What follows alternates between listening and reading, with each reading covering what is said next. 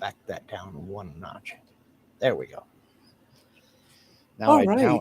now I don't look like I got a flashlight shining through a lemon on me. Well, Well, take a look. I mean, I got I got that. Yeah, no. Then I got that. The other way looked like I was pale and about ready to fall over. you look $100 and more. Yeah, which doesn't go far these days. Yeah, you can't even say $100 and more. No, actually, well, look, if you can't tell another guy, dude, you look like $1,000,000. That's kind of extreme. Mhm. But if you drop them 100 and say, dude, you look like $100, that's within the lines of manliness, but still Mhm. being friendly and warm. But today, like you just said, it might even be an insult because $100 can't get you jack squat. So That's it. Your reply is, well, if you're broke, just say you're broke. yeah, you can't even use that no more. Well, but see, then again, that's a problem because men don't get compliments. So we're crappy at taking them. So, No, we get insults and slights uh-huh. of looks Mhm. and all sorts. Dude, I went to Walmart today, and you know I'm as crummy as any other person because I Mhm. have the faults of every other human being. Sure. I have bad moods. Mhm. I get annoyed. Whatever, we all do. But upbringing is a lot, and I Yeah, was big brought time. up with um, borders, Mhm. um, certain rules that you don't line cross. Yeah. I have crossed many of those lines as an adult. You start saying, I'm not going to pay attention to this one or that one. But I know that they're there because I was taught Yeah, them. there's certain things you just. Right. But everything goes to heck in a handbag when two people come across each other and they're on different wavelengths due to whatever's happening in their lives or whatnot, this, and that. And that could lead to disaster depending. Sure. So humans are complicated. But I paid one compliment to one cash register lady because she did the base bottom line of what a person at a cash register should do Mhm. and got me the item that I needed, but she did so without complaining. Mhm. And I found that so exceptional Mhm. that I praised her. And she remembers me every time she is there. And so I go through her, and so that's an exceptional. But back 20 years ago, that would have been like It standard. would have been the norm. Yeah. Yeah. I'm with you. It's sad that when that stands out, when that's remarkable. And I don't know It what. is. It's Go ahead. sad. I'm sorry. No, it really is. I mean, there was a we're live. We should probably introduce us before I start telling this story. This is the Trample. That's Mark. This is Eloy. We're live. Hang out. We've got stuff to tell you. You won't be Sorry. what's you won't be sorry. Yeah, that's right. We don't suck. Well, not bad, not much. Anyway, Linda and I went grocery shopping. I think it was yesterday. That's how good my memory is. I can't remember if it was yesterday or the day before. And there was a young kid at the cash register. I say young kid, he was 20 something. And you could tell that he was fairly new. I won't say that he was real new, but he hadn't been working there 6 months, I don't think. And we got to talking and everything, and he's bagging them up, and I'm taking them down and putting them in the cart, and Linda's putting more stuff on the conveyor. And I don't remember, I said something about something that I had done kind of half-assed. And I said something to him. He kind of got a big grin on his face, and I said, "Yeah, I know you can't say that, but I can say what you're thinking because I'm on this side of the counter." And he got a big grin on his face. And I just started throwing him lines. you could see the nervousness just wash out of his body, and he's standing there smiling. He wasn't initiating conversation, but he'd throw in a yeah, exactly, here and there. And I asked him, well, are you doing the retail clerk game yet? And he kind of looked at me, and I said, that's where somebody throws three items up on the conveyor and you got to try to guess what did they come here for and what was the impulse buy. Like they come in with a Pepsi, a magazine, and a lawn chair. What did they come here for, and what was the impulse buy? You know. And he got a grin on his face, and he goes, "Never thought of that." And I said, "Now you'll never forget it." And that was it. But it kind of relaxed him, calmed him down. And okay, thank you, take care. Linda turns around and says, "Have a nice, boring day."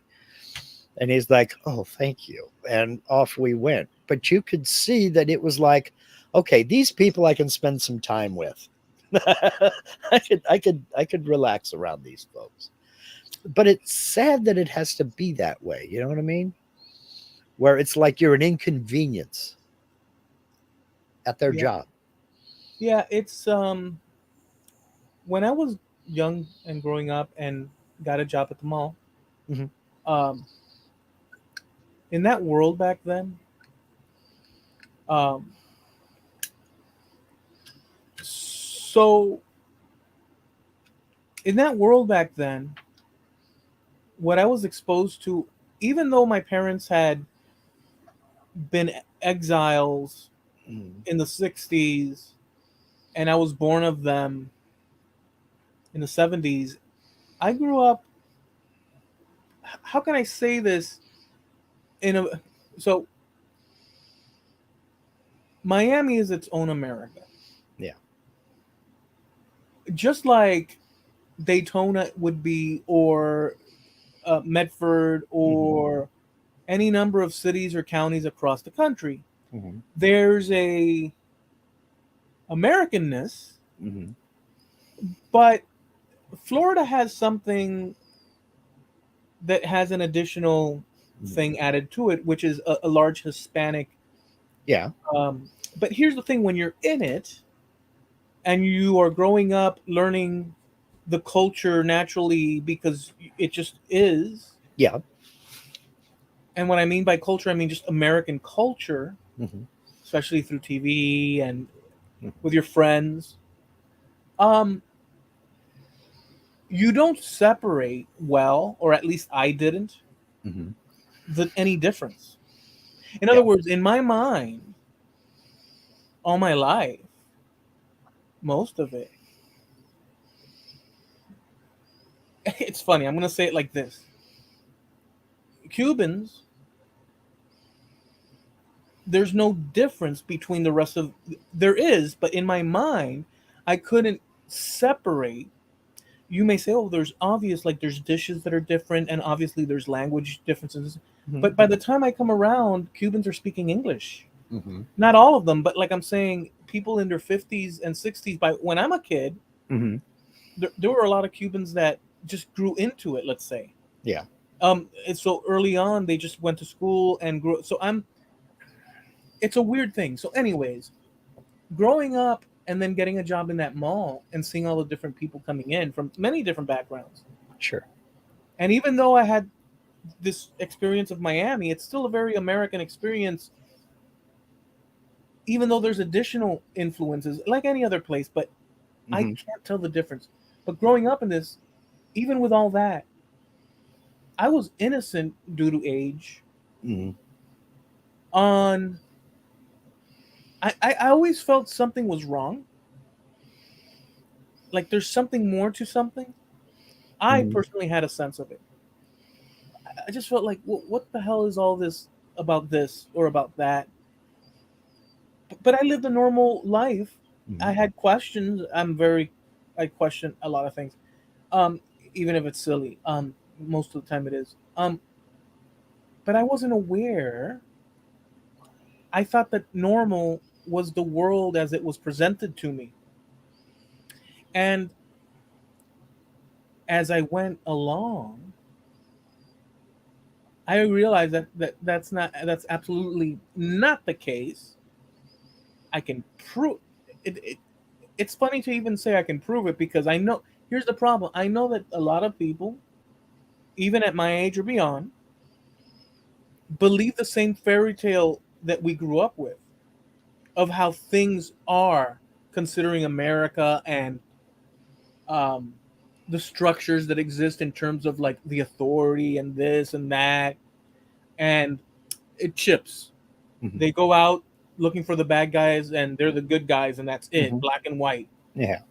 Stuff like that. The Dukes of Hazard, Mhm. the good old boys, they're out to save the day. Boss Hog, this and that. Mhm.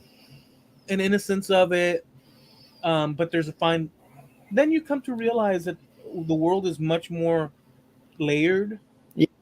And the reason I'm saying this to conclude is that these kids that you come across at the grocery and such, um, they're starting life out, and a lot of the conclusions that you or I and all of us may have come along the way, the real seedy contradictions that we see, some of them we just put to the side and say, oh, well, others not.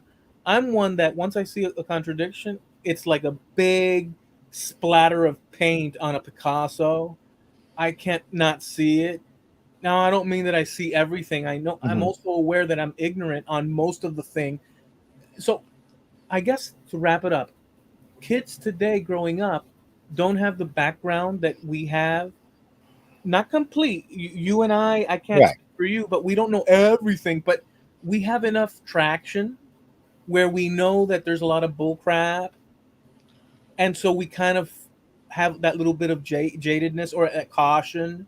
Whereas these kids are Well, consuming the reality around them like we did back then, and it's going to be a big slap depending on what reality is unveiled down each corner. we're already seeing that because I think that, and we've mentioned this before, I have several theories on a lot of that, but it all comes back to a few simple things in that you and I are of the last generations that actually played outside and actually had a social circle that wasn't based on this. We had our friends in the neighborhood. We didn't play video games with somebody 3 states away online. We went to a friend's house. If we couldn't go outside for some reason, we would call them on the phone. We interacted with people daily. We were encouraged to, and it was considered normal. Heck, half of the time I got booted out of the house on Saturday morning after a certain time. Go outside and play. Okay, fine. I'm done with, and that's what I wanted to do. I didn't want to be cooped up in the house. I finished watching Saturday morning cartoons. When Dick Clark came on, it was time to go outside. I didn't care about No American Bandstand. I'm 8. I want to go throw rocks at Green Army men. All right. We made our own fun. We made our own games. We played with our toys rough. We broke a lot of stuff. We built a lot of stuff. We fixed a lot of stuff. When you were in school, did you ever hear of a kid being diagnosed with ADD or ADHD? Ever. There were kids who were overweight, but we didn't hear the obesity numbers that we have now. Nobody had any of that you're saying.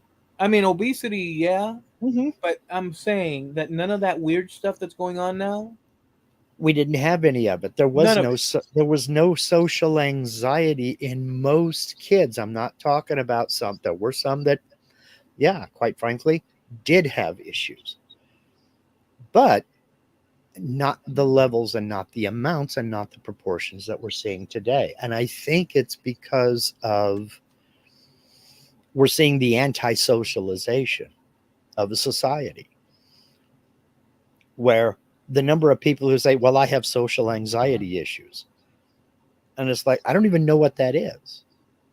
I've been around people all my life. I have zero problem striking up a conversation with the guy next to me waiting to check out at Walmart.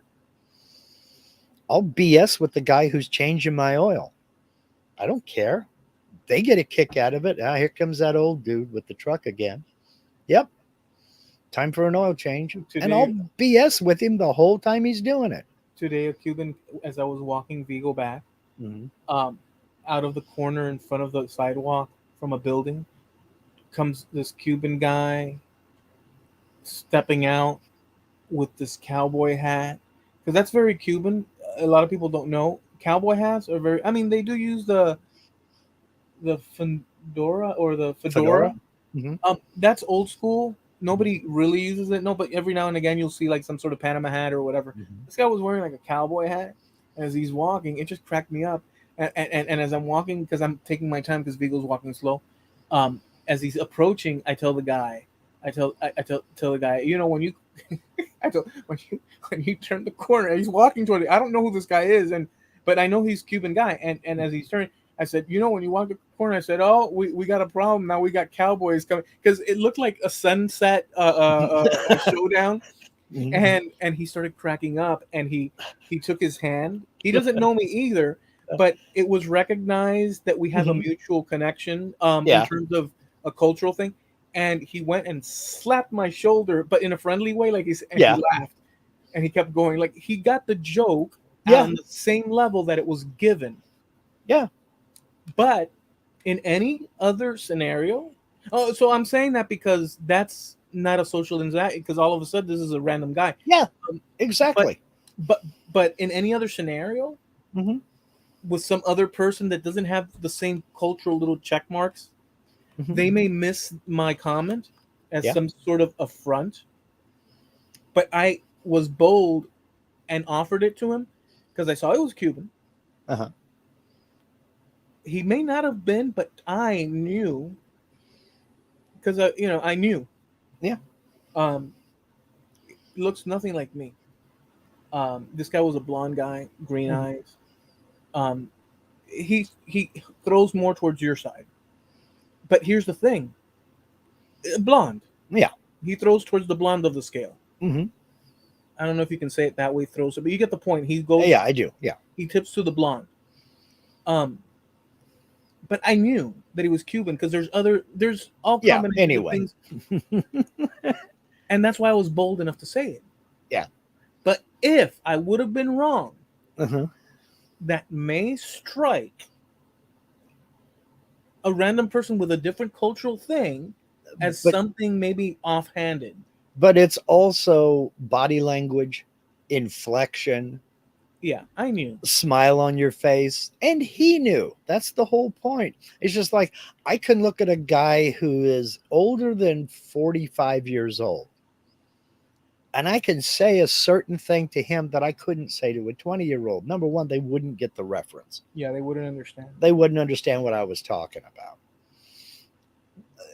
But there's kind of like an unspoken rule with, I'm going to say it, folks our age nowadays, that, yeah, you interact with people. You ever been that kid?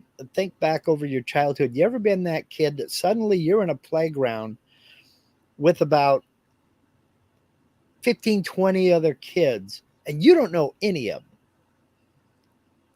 but you somehow can find somebody to pal around with and play on the merry-go-round or go jump on the seesaw or something like that. There is always somebody who is going to, quote unquote, be your friend for that.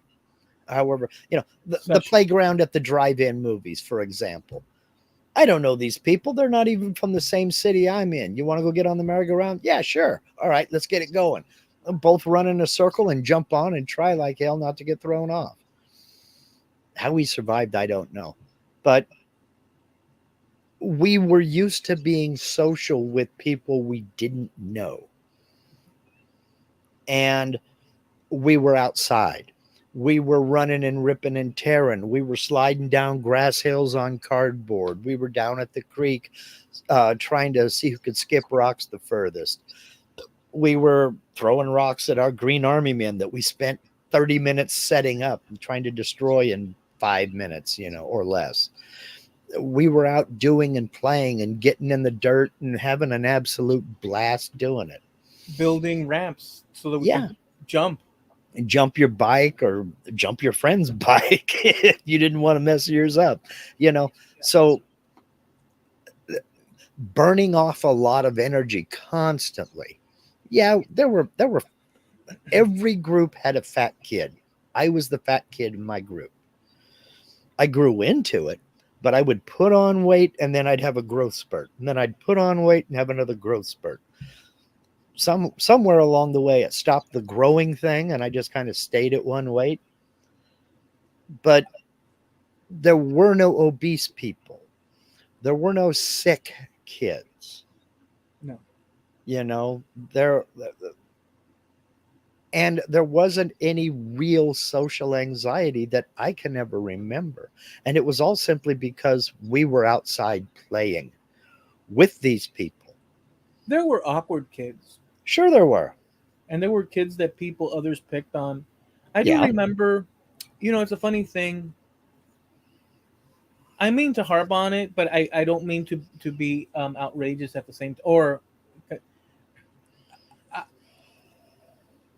when we were kids. I'm not going to explain why.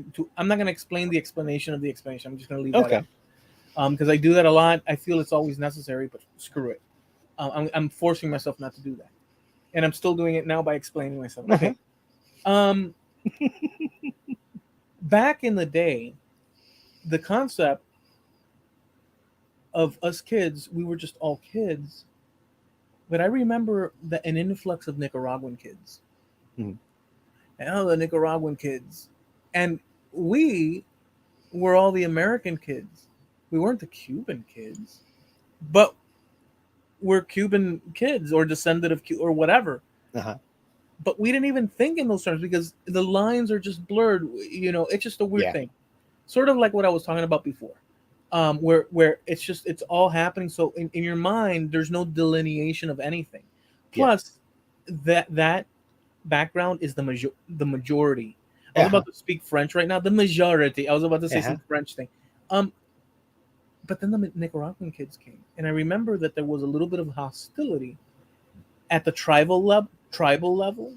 Yeah. Because here you have this one group and this and that. So there was a little bit, but people just kept going. But there were a little bit of tit for tats here and there. I had one tit for tat. I was with my girlfriend. Somebody threw a paper, and I went Mhm. macho and turned around in the middle of the bus, and I did it. And thinking back on it, it was so embarrassing. I should have just taken the paper in the head and stuff. I was like, "That's my girl. How dare you throw the paper?" It's so stupid. Yeah. But that's one thing. When the Nicaraguans came, or many of them, I was friends with many of them.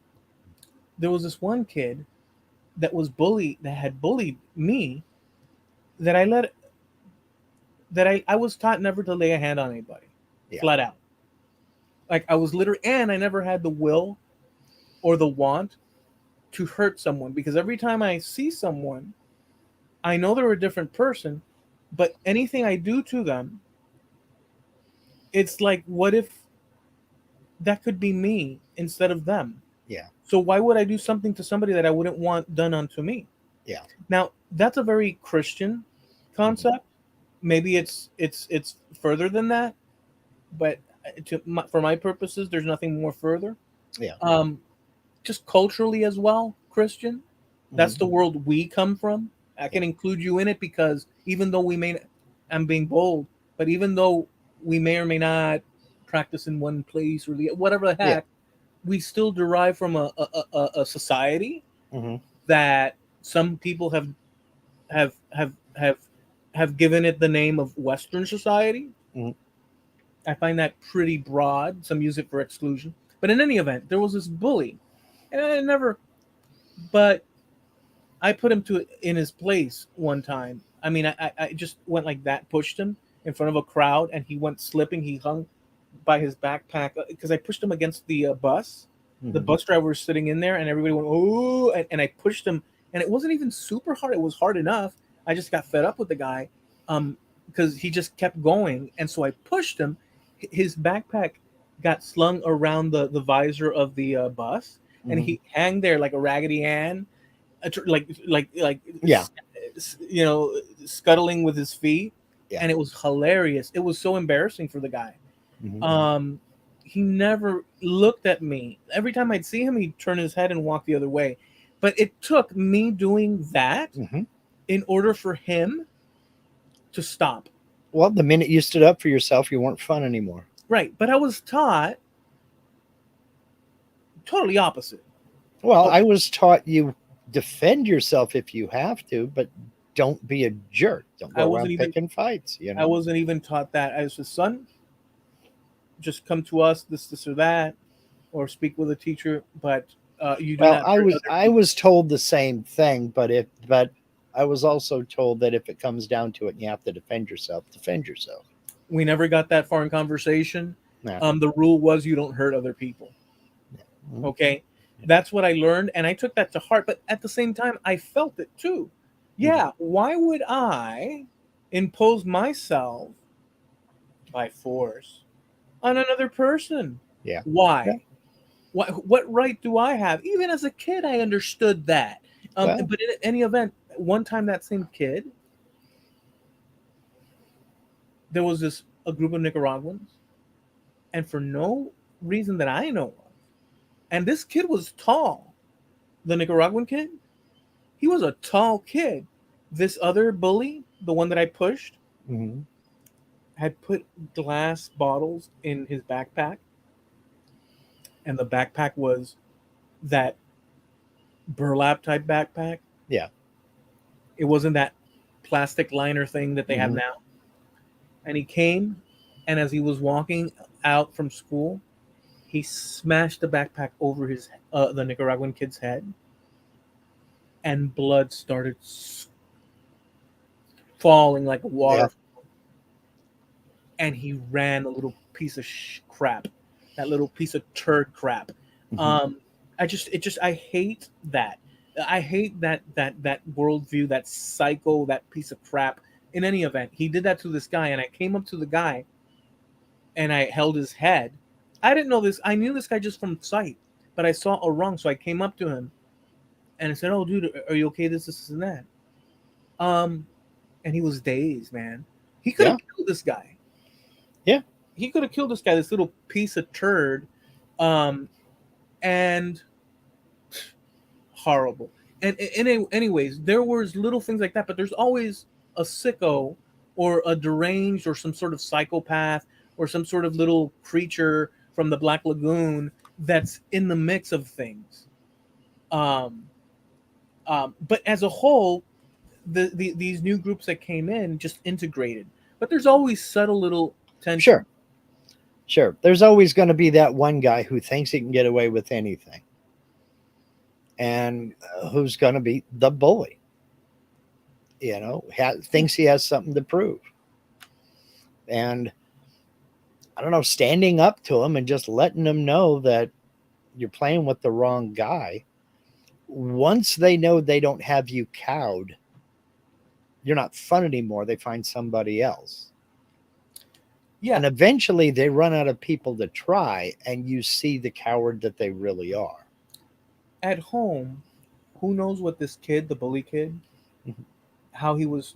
So there's a few things that I think of. Oh, sure. There's lots of reasons for people doing what they do, but it doesn't give them license to do it.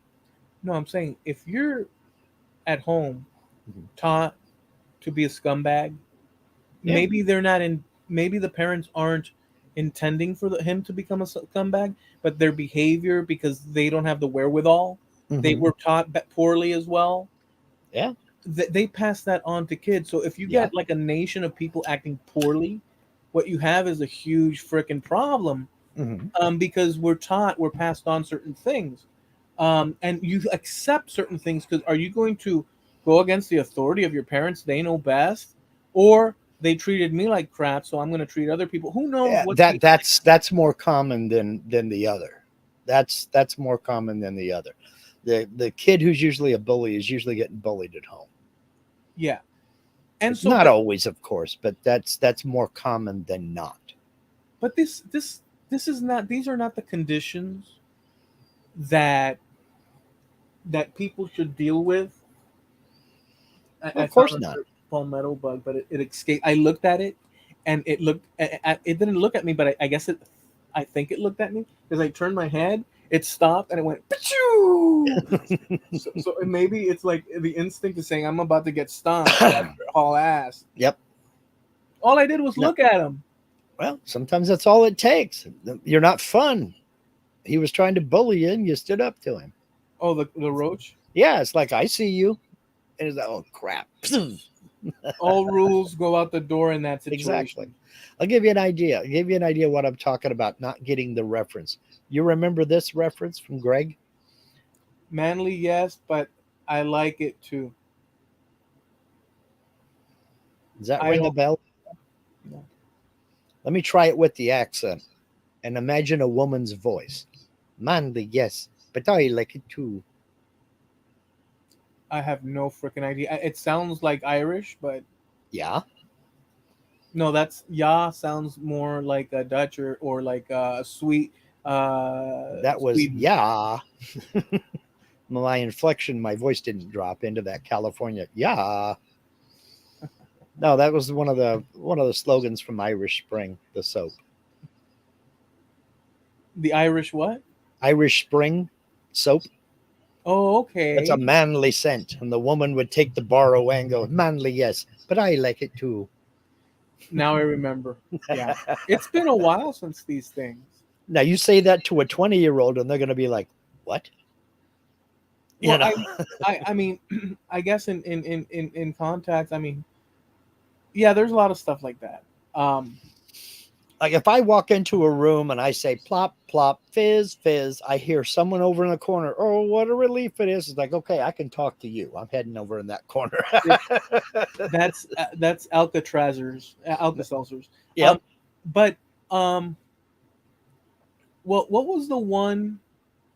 I think there was a gurgling one for. We gotta stop here.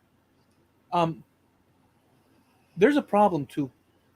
So, You know, there's a problem mm-hmm, in that as you're saying this, mm-hmm, you brought up the Alka Seltzer and the Irish Spring. mm-hmm, And then there's the Green Giant. There's so many. Okay, mm-hmm, Toyota. What a feeling. There's so many. mm-hmm. But here's the problem that we have now in this reality timeline that we're living now. That it may be. I know it is the case for me that I run across the occasional Mm-hmm. um, YouTube remembrance of commercials of years gone by. Sure. And so the question is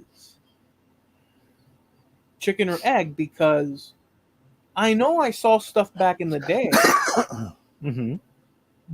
but and if you show me a commercial, I can say, "Oh yeah, I remember that one."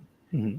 But am I remembering certain ones due to YouTube uh, providing them, or because of the early? So, for instance, I was about to tell you there was one where it's gargling, and it's Pepto Bismol. Mm-hmm. I forget the actual thing, but I can picture in my mind where they show a little graphic of a belly of the Mm-hmm. and the Pepto Bismol coating the Mm-hmm. inside. Okay, I know there used to be Pepto Bismol commercials when I was growing up, but Mm-hmm. am I seeing on YouTube an old one that I didn't see, but now because I did see one that was similar, you get what I'm saying? I do get what you're saying, but the point is you get the reference. So either it doesn't matter if you remember it from when you were a kid or if you saw it last week on YouTube, you know what I mean. If you saw it last week on YouTube, that means you're probably interested in old stuff like that. I can still talk to you, you know, because we have that common ground. If you walk through a store going na na na na na na na na na na na na na na na na, and the dude on the next aisle over goes Batman, you can talk to him. He gets it. He knows. I will tell you this though. The other, or actually a month or so ago, Mm-hmm, I was at Publix, mm-hmm, walked there on foot, mm-hmm, and as I was coming out, it started to rain. mm-hmm, And so I parked my little red Corvette mm-hmm, um, a cart, push cart, mm-hmm. Yeah. next to the Five Guys that's sitting next to Mm-hmm, Publix. And there was a row of people there. uh-huh. And then there was this guy with sort of long hair, Hmm. about my age, roughly. I can't really tell, but within a range that's suited to land more or less where I'm at. And at, and in a high voice, he was singing Metallica song Hmm. with a little Walkman, just standing there. Hmm. And I pegged that as a not normal human being because of the combination of things that was occurring. So, for instance, I grew up with Metallica. I that's all. That's mostly all I listened to. Many, but I that was one of the main themes that I listened to it in the car every occasion here and there. But I could not picture myself feeling comfortable standing in a public area in the rain with many cars there and saying, "There is nothing more to say," and it just seems like there's some sort of weird mental situation going on. Now he could Maybe he give was just lost in the music. he may just get not give three whats, and he's just doing it there, but it seemed off. It See, seemed I don't see that as being off. Have you? Okay, let me ask you this about that. Have you ever? It's summertime. Your windows down, your radio's playing. You ever pull up next to somebody at a red light and you can hear the music in their car? Did you ever start singing with that song that's playing in their car? maybe I maybe mean, a to the little. point to where they noticed. I I can't really say. It usually pisses me off. And see that I don't know. I see that as fun stuff.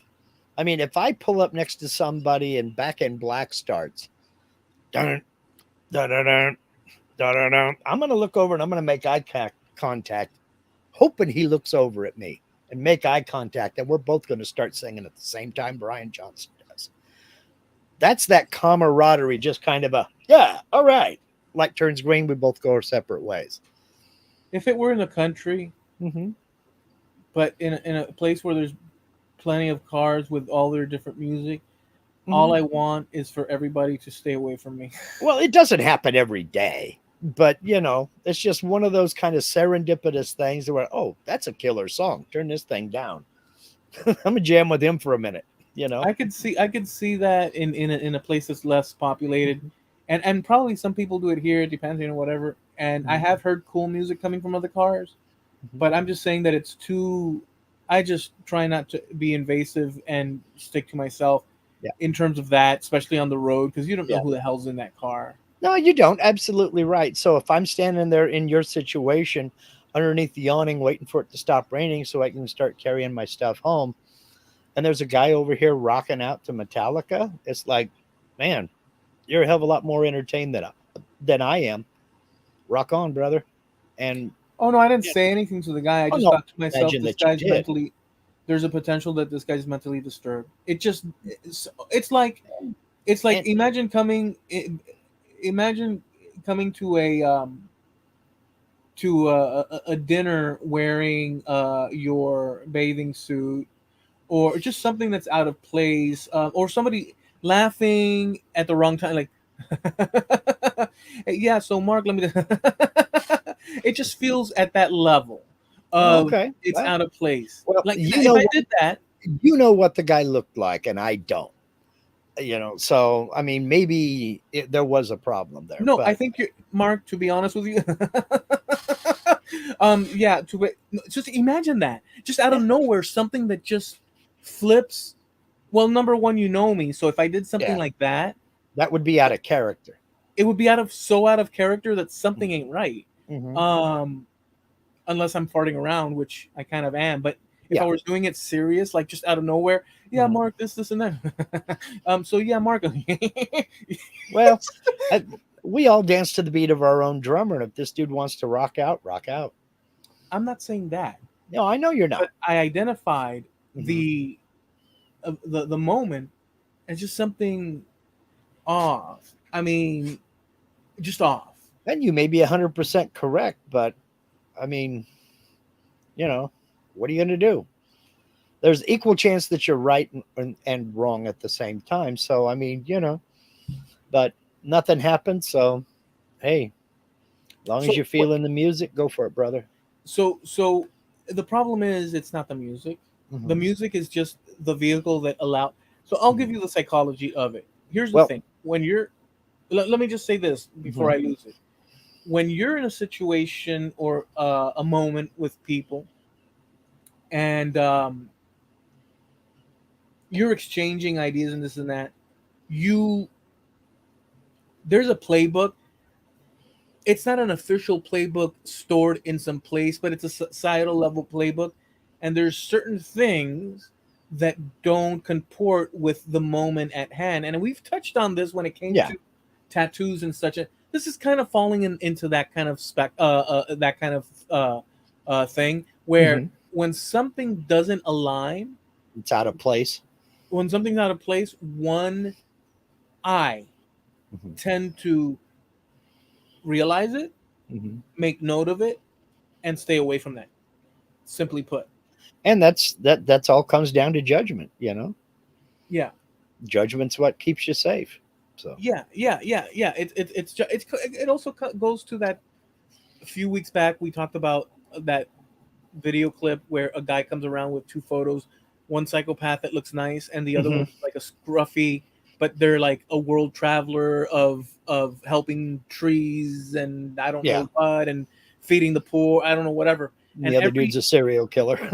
every fugly looking person Hmm. that was actually doing good things in humanity, Hmm. um, and every clean cut like psychopath hatchet Hmm. murderer, every time they were asked which one looks more trustworthy, everybody freaking pointed. At least everybody they showed pointed to Hmm. the nice clean cut person, and so it's sort of that thing. So like Yeah. if it, it may be true what you're saying, like this guy that sounds to me crazy or on a spectrum might not be. You're Hmm. right. But my instinct is that. And No.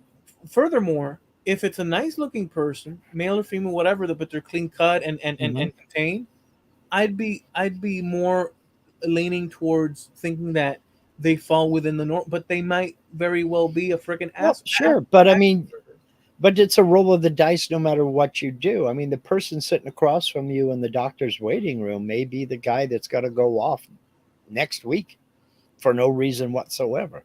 I mean, you don't know who you're going to meet out there on the street. And that judgment is what keeps people from picking them up hitchhiking. So all I'm getting at is I guess all I'm saying it is in my world, some guy just absolutely rocking out to his music is not odd. I don't It want to call just you. maybe it was him that was odd and the music didn't have anything to do with it. But it was loud enough for you to know that it was Metallica. You're Maybe such a that's a little bit odd too. you well yeah, but I was gonna say you're such a positive person. You make me sick. Well, it's not that I'm positive or negative. It's just that sometimes I'm that guy. Sometimes I'm the one blasting ACDC in the car. Yeah, but you're not And doing it inside of you're you're not doing it mhm. at a funeral. You're not doing No, it. but you weren't at a funeral. So, I used it as an example yeah, to I contrast understood. that some things are out of place. Understood. Some things are out of place, and I know that you were using that as a comparison. My thing is the situation is going to dictate whether I'm going to make that judgment call. Oh, stay away And from only him and only you or can not. make it. I Yeah, understand that. I was just commenting of a weird little whatnot. yeah. Just to say, but I understand that it takes you'd have to be there and make the judgment call yourself in order to Mhm. judge for yourself. Yeah. Before moving on from this particular thing, I do want to mention that um, I think Snow Crusher. There's one other thing that Snow Crusher. I'm now I'm officially gonna check mark him. Mhm. Yeah, I'm gonna officially check mark him as have created two wonderful moments in the Mhm. history of Trampled Underfoot podcast. One, Mhm. or the after shows that we talk in between. One was a Nigerian prince concept. Mhm. Although he didn't invent it, he did he did create an explanation that was so fantastic that we are attaching Snow Crusher to the Nigerian prince forever. The second one is Mhm. this that he just said. I could not invent a better heavy metal band name than Roach Bully.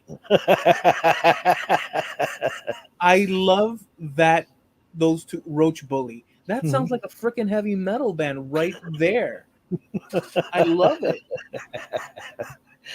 Yeah, but that could be taken a couple of different ways. I mean, Mhm.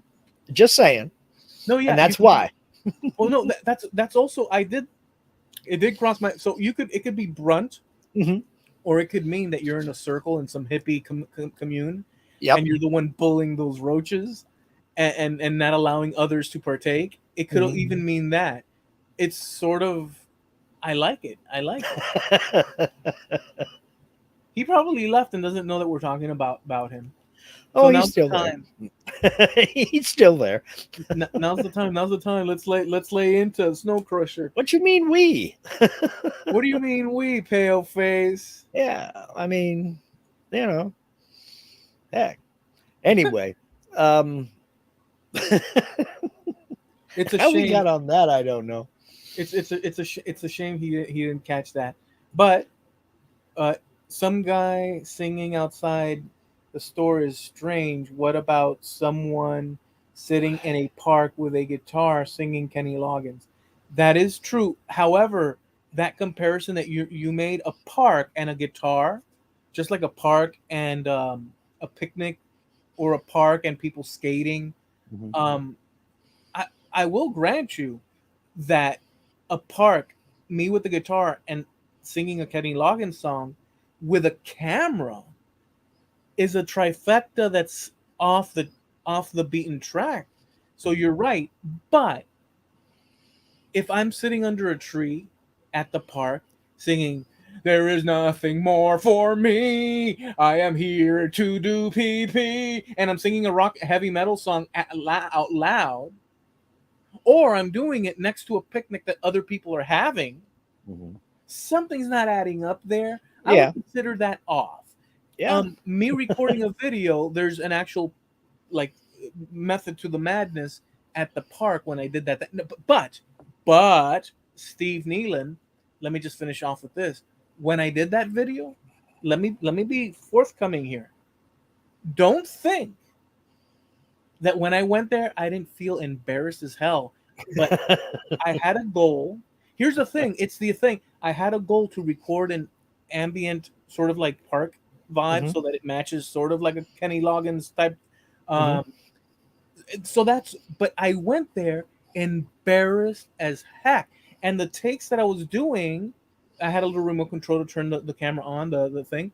I was like embarrassed. I had to do it a few times because I would sing, you know, back on Pooh Corner and doing that, and there's people like Oh my talking. gosh. It's a little bit embarrassing, but I had a goal in mind, is what I'm Yeah. saying. Well, you So were that working. makes You were working, so that's a different situation. It might have looked weird to people outside, but you were working. You had a job to do and you went and you did it. right. It wasn't that I was just standing there, Mhm. like, you get my point. Like, there I is a. do. So it depends. I could observe if the guy is with buddies, Mhm. standing waiting for the rain, and the buddies, yeah, man, Metallica, how about this one? And he sings it out loud. That's one thing. Mhm. But this guy standing there with a little Walkman thing, and he's singing it out loud, Mhm. it just looked. I just sprained my neck. I felt the muscle here. Um, dude, it's just a random. I can't even. It's just a random. It just. I I, just. I don't know. It might be an East Coast versus West Coast thing, but I mean that happens out here a lot. People walk down the street singing. I mean, I walked through the grocery store whistling. I had one person comment on it. I haven't heard anybody walking around whistling in years. And I'm like, where you been? I've been here years, but what the Whistling, hell? whistling. It just okay. Look, my contrast. Well, go ahead and see what. Steve said. Also, I've never heard a metal rock song that has a line about going pee pee. You two run in different circles. That's why. Yeah, see, because you weren't into the hard rock. Yeah, you don't have the bootleg of their special one night performance out Yeah. on the island, man. You can't be a real fan. I was just gonna say that a whistling thing. I think that you're failing to grasp the. I Well, mean, I know you're I not. But you're I coming don't up know with the situation. I admit I don't know the situation. no. You So don't. If you're whistling at a again, let's use funeral. That's kind of weird. yeah, it is. I agreed. Okay, now this wasn't a funeral. This was Mhm. outside at the in under the rain, but it's just something that struck me odd. It just Well, did. It struck me odd, and it struck me like this guy might be off his rocker. I You know, also tend to give people wearing headphones or earbuds. I tend to give them a pass when they start singing no, because he wasn't wearing them. he wasn't wearing them. He was playing it on like a boombox or something. Yeah, it was Oh, weird, dude. okay. Well, Whatever, you weren't there for it. I no, understand, I don't. So I don't but know the situation. So but I'll give you. Look, I'll give you. I'm going to give you a slightly different situation. It doesn't necessarily align well, but here's the thing. hmm It kind of fits somewhere, but not perfectly by any stretch. hmm One time, okay. By the way, you have military experience, hmm to put it mildly. You spent okay. a long time in the. Well, yeah, okay. Well, no, but Oh you no, learn. I'm agreeing. Yeah, Well, but no, I know because there's no it's other. not like I spent 30 years. It was about We're, 10 years. we're Yeah. not talking Top Gun Part Three: The Revenge of the Cobra Khan, but Yeah. you have lived your life, part of your life in the military, Yeah. and with that comes lessons and practice and Mhm. skills that the average person on the street would not have. I'm not saying you're putting them Okay. to Yeah. work. I'm not saying you're putting them to work right now, but I'm saying that in its when you were doing that, there were lessons learned, and you hmm basically exact. Okay, Yeah. but the average person doesn't know many of these things that you would know hmm that concern military life. Yeah. Be it protecting yourself and stuff like that, a bunch of stuff. Yeah. I'm not trying to say that you're Bruce No. Lee now, but Yeah. you get my I point. get it. I As a do. well, you know better than I do. I'm just using that as a contrast. Well, Yeah. here's the thing that I'm going to say. A long time ago, I was here, and my friend was here, and hmm we were working on some woodworking project out in my side yard. hmm Okay, now here's the thing. All of a sudden, my friend and I, hmm standing in my yard, I look out front, hmm and this black car comes to a halt. The doors swing open. hmm Four men come out of the car, pull guns. It was on the corner, but I could see them from here, and start running this way. And I said to my friend, "Hey, let's go," because I don't know who they are. Yeah. All those flags hmm don't look good to me. Yeah. Maybe it might look good to somebody else, but to me, hmm it looks like a dangerous situation because I don't know if they're going to shoot, which direction they're going to shoot. I don't know anything. hmm All I know is that I'm made out of like Yeah. This is not a good place to be right now. exactly. So I said, "Come on," hmm and I duck, and I turn around, and my friend's tiptoeing, standing straight up like a freaking like the perfect shot. And I hmm said, "Get the f on the crawl." So hmm I had to scream at him hmm so that we could duck and walk into the house and close the door behind us. The moment I see guns, now Yeah. you could say, well, they could shoot down and then you're screwed. But what does a human do? They duck. You reduce the size of your target. Yes. So I'm not a military guy, hmm but something inside my head, if I could have turned myself into a little ball and rolled your ass across the yard. Yeah. and rolled my ass across the yard, that's hmm exactly what I would have done. But my friend stretched himself out and saying, "Here I am to save the day." But and I saw him as I'm crouching tiger hidden dragon into my house, Hmm. and he's behind me standing, and I'm telling him, "Freaking!" I said bad words. Get Of course. get down. And he finally said, "Oh, oh," and he gets down finally, Hmm. and we make it in. Now here's the thing. And by the way, what's funny is I had security cameras, and Hmm. I caught the whole event. You can see him butterflying his way, and then me screaming at him. And um, what makes a person become a target, considering the event around them, and the other Hmm. person say, "Oh crap"? We don't know. There's a bunch of things that could be. Yeah. But then again, he was not. He had poor vision, but he should have fought. If you and I are walking somewhere, for goodness sakes, and I say to you, or you say to me, Eloy, duck. Hmm. Now it's Get true. down. Yeah.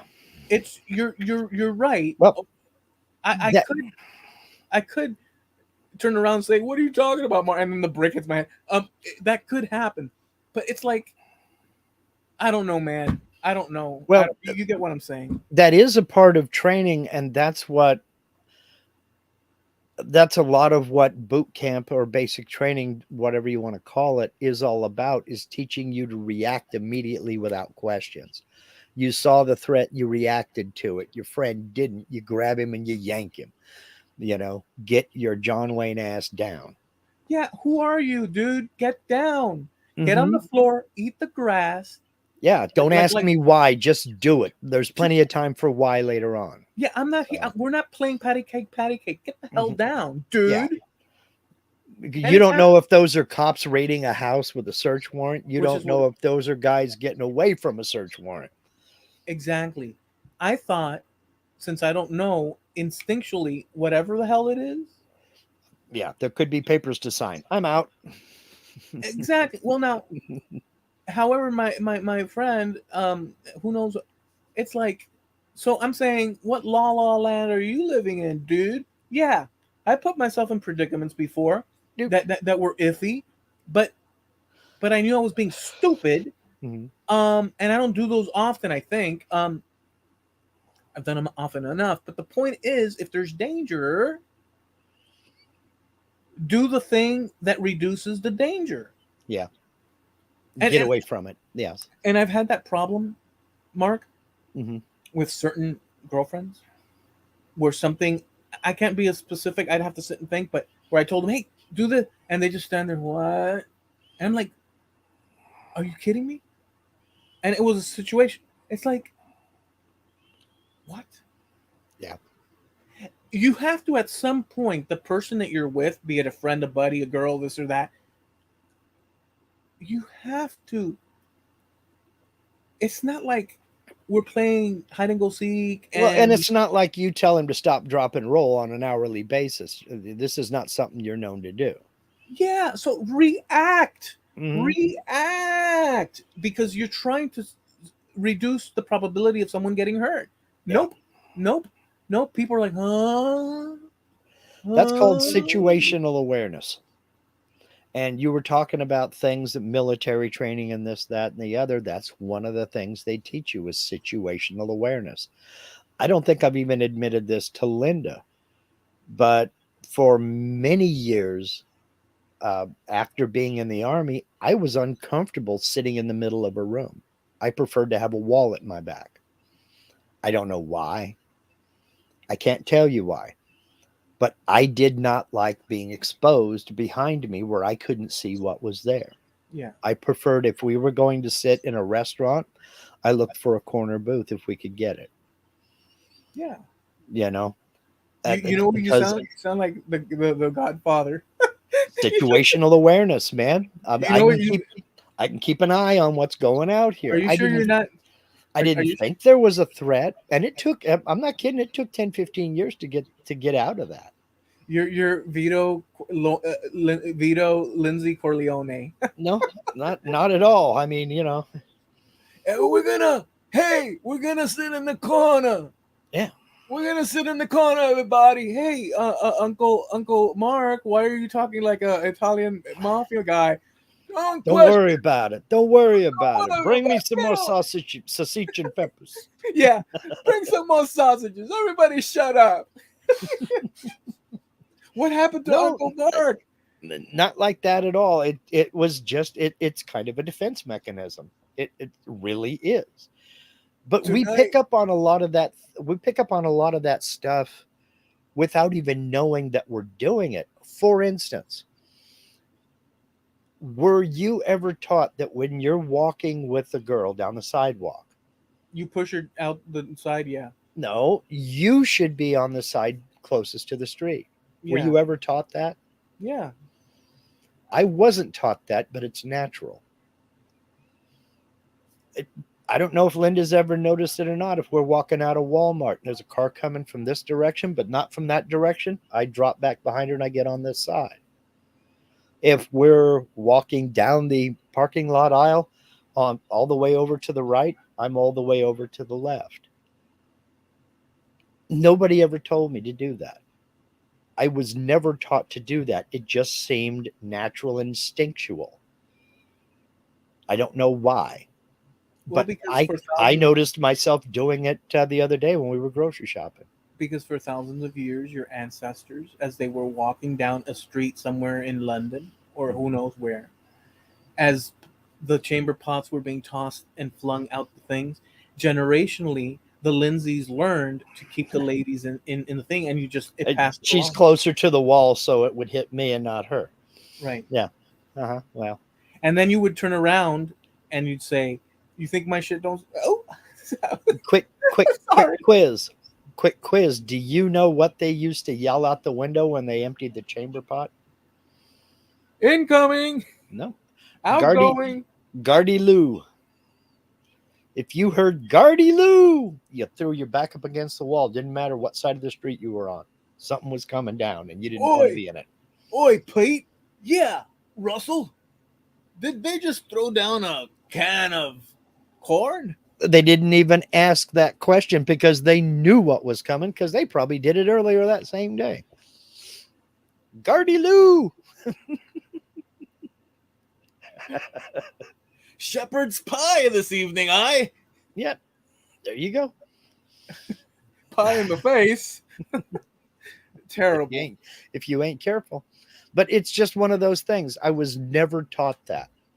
I was taught to hold the door for the next person coming in. Didn't matter if it's man, woman, kid, doesn't matter. If you're the first person going through the door, you open the door and you hold it. My grandfather was always gentlemanly, but he Uh-huh. had jokes. He was a joker. With Mhm. me, he was still he was my grandfather, but I knew that he would. And there's video of him, film video of him joking with family. But he did tell a joke Mhm.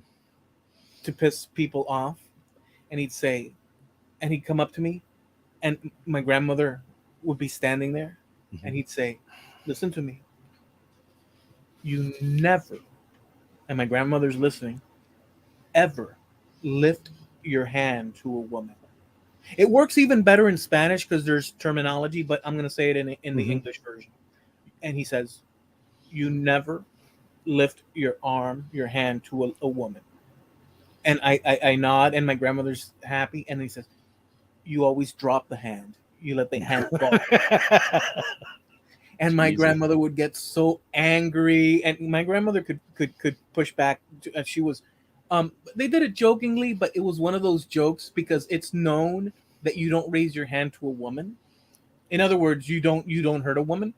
But the joke is that it's such an obvious thing that he used this thing. Never raise your hand, but Mhm. make sure that the hand drops because raising the hand is not going to solve the problem. Yes. So he used a joke, but I still understood, Uh-huh. joking aside, that his intention that Mhm. you don't do that. So it's Yeah. a roundabout. But I was specifically told that you don't do that anyhow. But the point Yeah. is, these are norms that are accepted across society. Well, but you also knew what his context was. You knew he was telling a joke. I have a cousin that's very similar, my cousin Billy. I can remember his dad one time. We were about Well, he's a couple years younger than me. I was 14 or 15. He was like 12 or 13, something like that.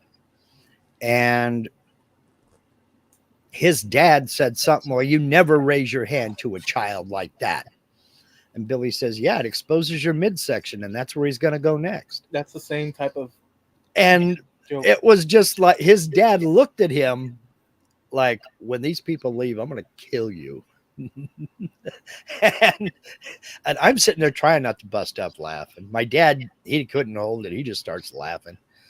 The Yeah, mom later joined in. Then we all had to start laughing. yeah. But So that was his personality. He would make a joke out of any damn thing. It didn't matter what. yeah, we were taught certain things that are standards and stuff, Sure. and some of those standards go by the wayside as time goes on, But generationally speaking, if they're not taught and passed down. But but so there are also those unwritten rules that you just know. Like I mentioned holding the door open. You're a man. You know the door rule. We've never talked about it. We've never sat down and had a discussion. But you know, if you go to walk in a door and somebody's standing there holding it, you're the next guy. It's your turn to take the door. even if it's a guy, if two Yeah. guys approach a door, Mm-hmm. the courteous thing is to open the door for the person, man The or person woman, behind you. Yeah. because it's not a sex derived, although it is, especially when you're talking about women.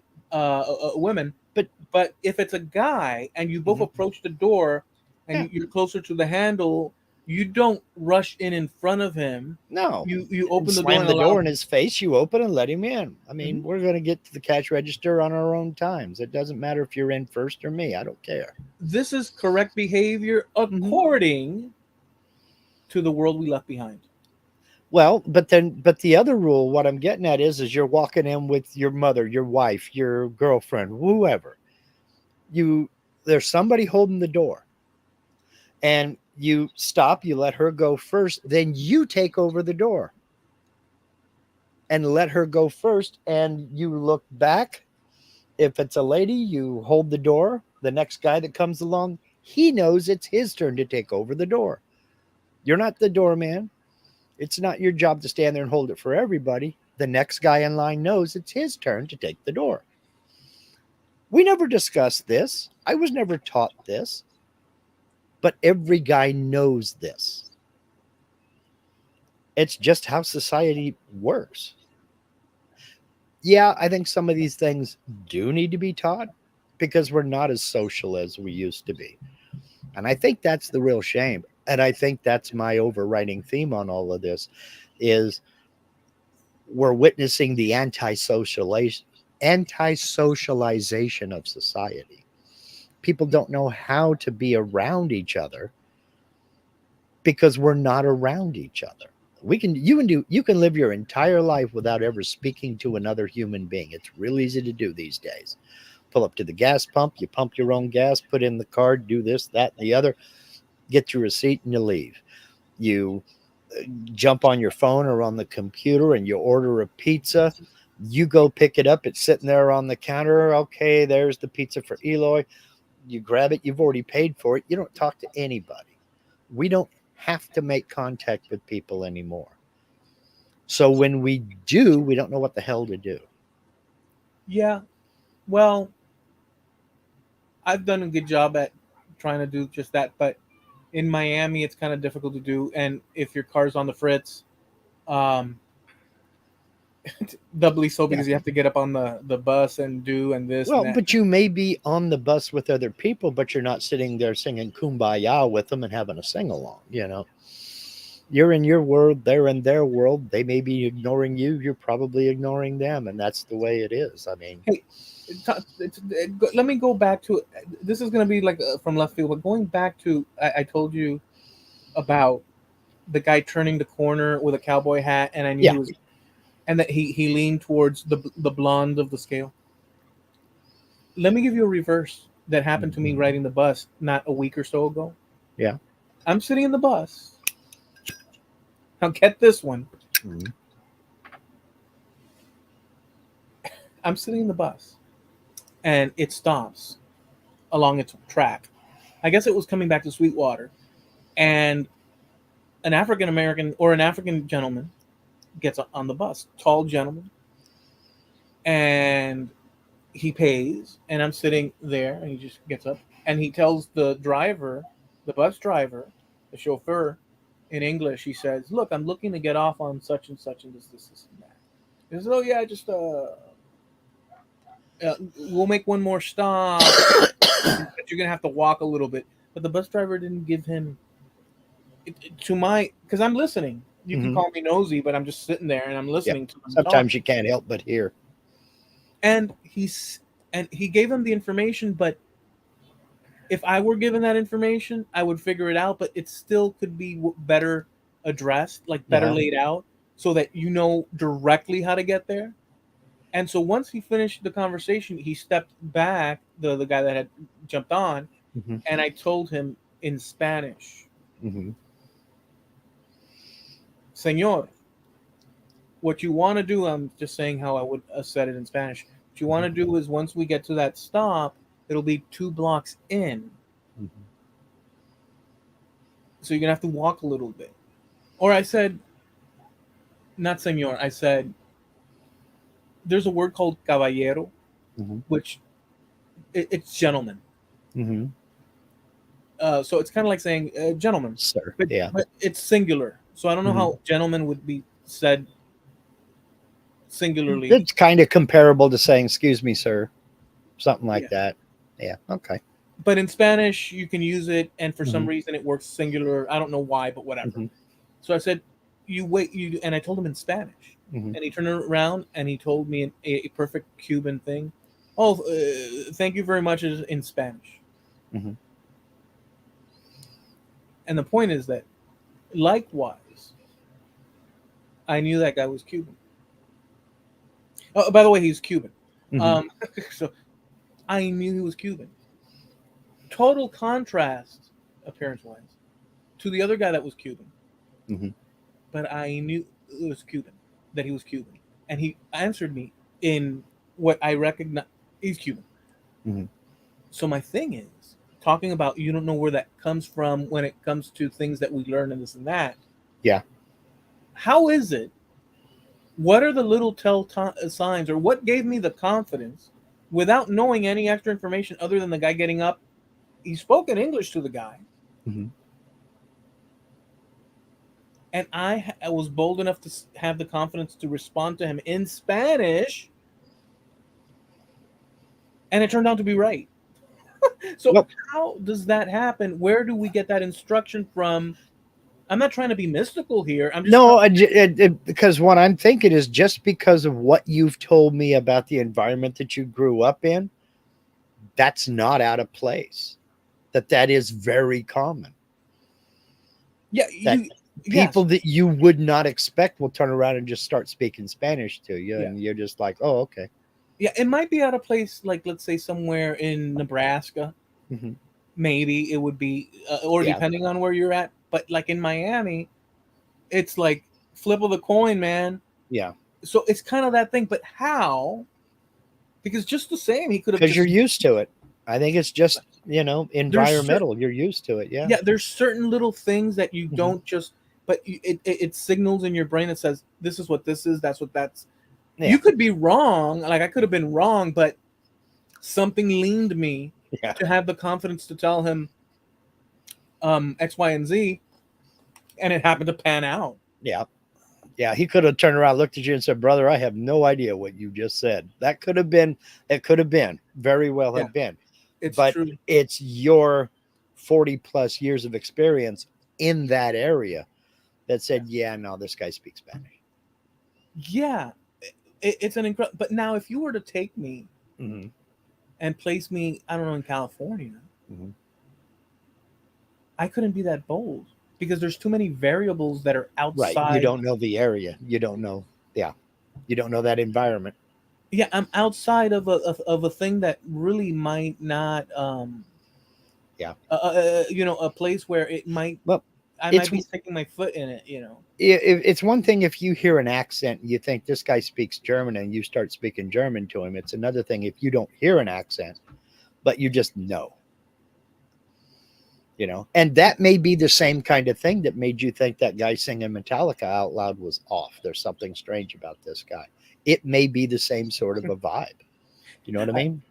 yeah. Well, so one time, an SUV drove up Hmm. with some British people in it, and my neighbor was talking to them, and she couldn't understand English, Hmm. and she said, "Eloy, come over here. They need some directions." Hmm. And I walked over. So they got the local English speaker, me, Hmm. and so I walk up to the thing, and it's full of it's a British family, Hmm. and they, oh, we're looking to eat at this Cuban restaurant, and they were going to go like deep in the heart of Miami, and I said, well, look, I can give you directions to that, but if you're interested in something that's similar quality, same quality, but like near, I can do that too. And oh yeah, well we'd like to go near because they have no idea what the hell. Yeah. So I gave them like the instructions. I hope they got there. It was not a difficult thing. But in that conversation, before I let go, or we finished our little interaction, I told them, oh, and by the way, I just not too long ago I had a British a buddy of mine, English in fact, visit, stayed over at my house. So we love we I told them, so we love the English here, but I have to be frank. I don't know what he did to my toilet, but it hasn't worked. It, ha- it hasn't worked the same since, and it was hilarious, dude. They probably loved that more than you will ever know because they don't get the American sense of humor. A Yeah, lot of Americans don't get the British sense of humor. yeah, They don't get ours. They don't understand why we don't find the same things hilarious. yeah. So that joke probably went over better than you realize, Because even today. it fits more with It their, fit more with their sense of humor than you realize. yeah, Yeah. like a little curveball in the Mhm. in the thing. Yeah, Did you well, ever tell Jamie about that? I tell it every now and then. I say it jokingly Hmm. because what happened was Well, no. that he, Did you tell him about those people asking for directions, and then you said that to them? yeah. And I imagine he had a pretty good gut laugh over that. Yeah, we talked recently, Jamie. We shot the breeze a little bit. Shot the breeze. Hmm. Um, there's another way of saying that. Yeah, Um, and that's where "shoot the breeze" came from. Is a nicer way of saying the one that you're thinking. okay. Um, well, I was trying to, because I've slipped a couple of times tonight. So I guess, you know, I don't know. You know what I'm doing? I'm trying to rewind to. Oh, okay. So we pick things up that just come natural, even though if we're not told that. Hmm. Just I guess from sheer, I'm assuming, existence that comes from the community at large, wherever the heck we are, broadly, Hmm. and this and that. Um, and I guess for the most part, we should give. I'm gonna give credit where credit is due. In reality, with all the misunderstandings, we should all be at each other's throats right now, literally burning down half Oh, of it would be frickin'. so easy to do. It would be so easy to do, but I don't think people just don't do that. I'm constantly surprised that we don't break out into 170 separate fistfights on a daily basis. I really am. Because if you listen to what's going on, what you're being told is going on, you would think that that's a normal condition, that everybody hates each other and that we're all at each other's throats. And it just isn't so. Um, yeah, that it's not what I wanted to talk about, but I just want to. Me either. There's this picture Hmm.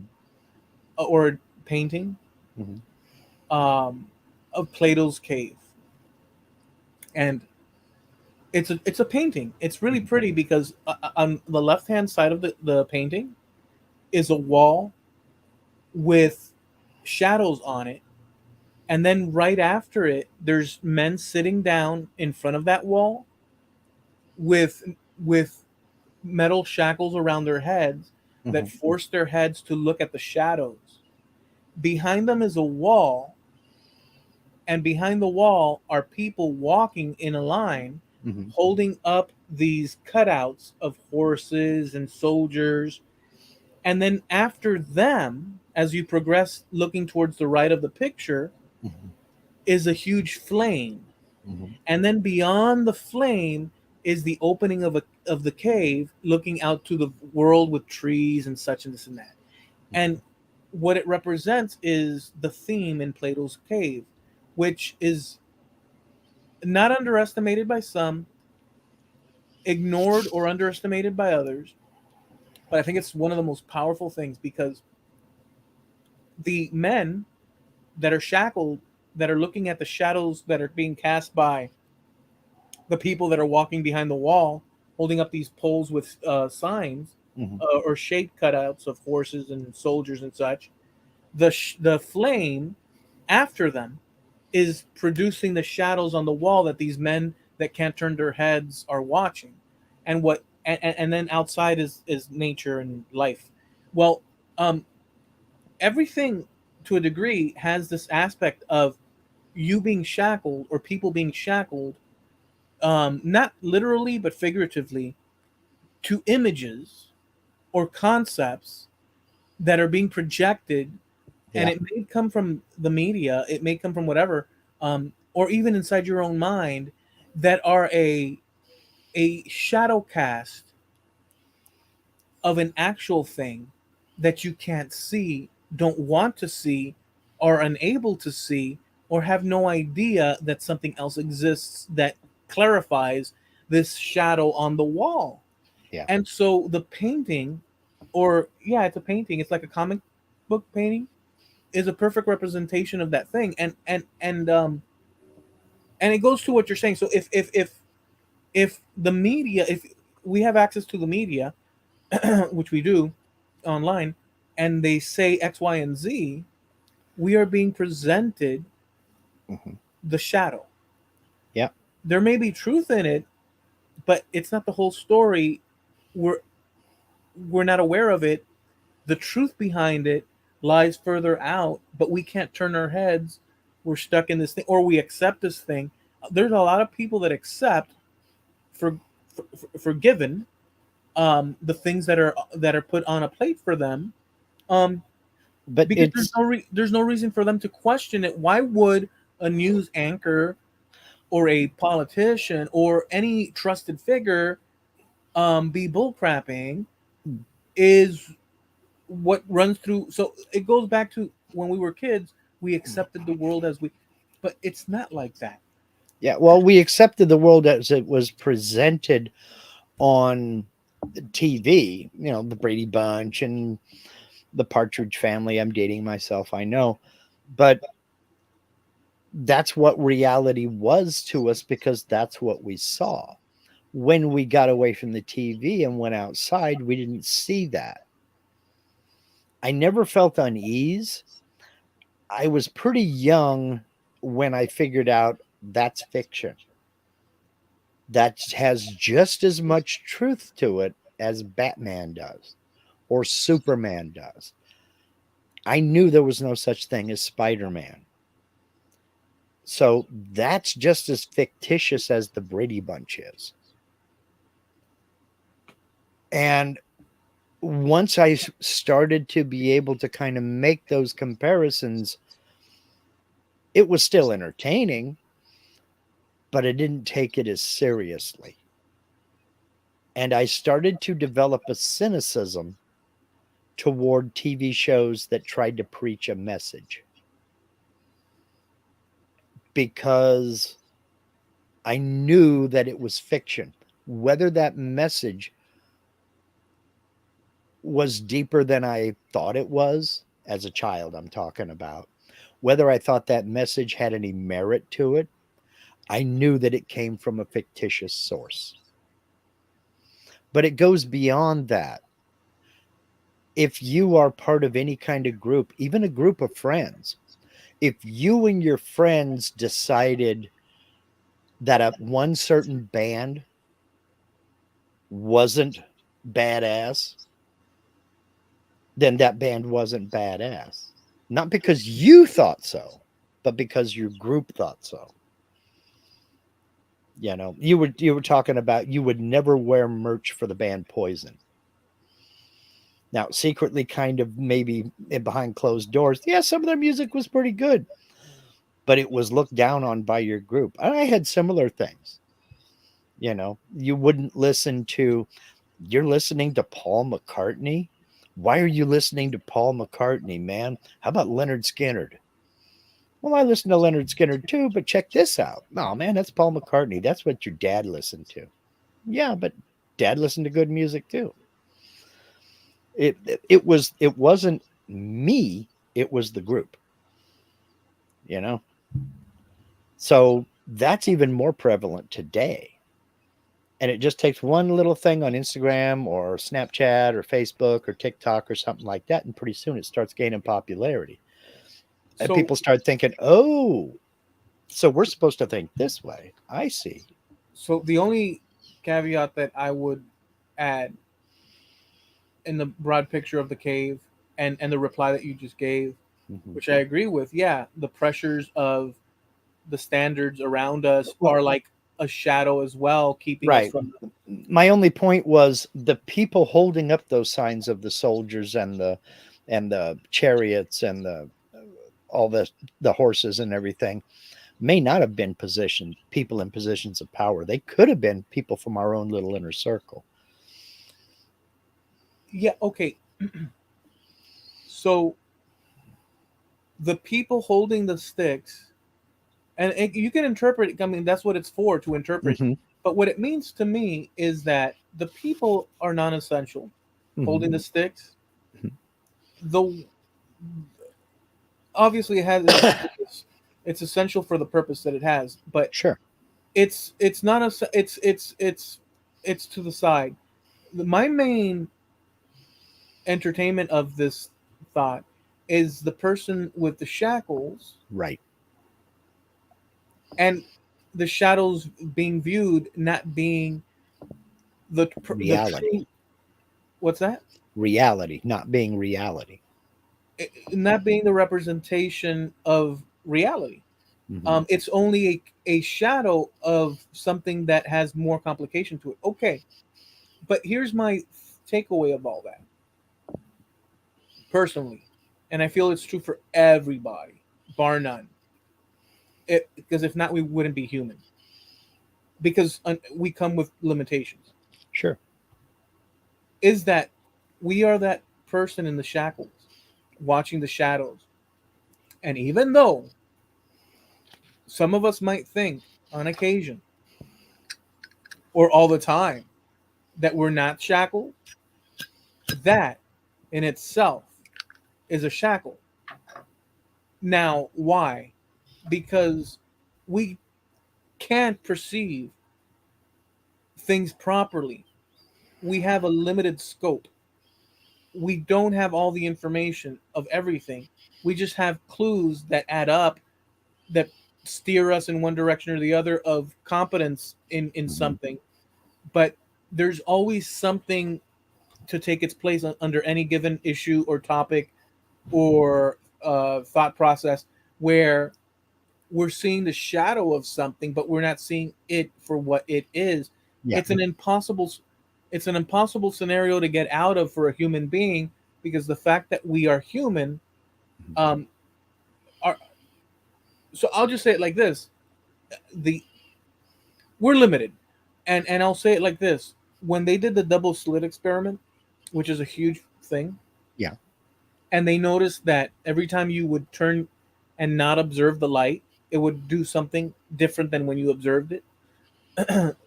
It means that the observer is required, or scratch that. It means that this thing that's not you,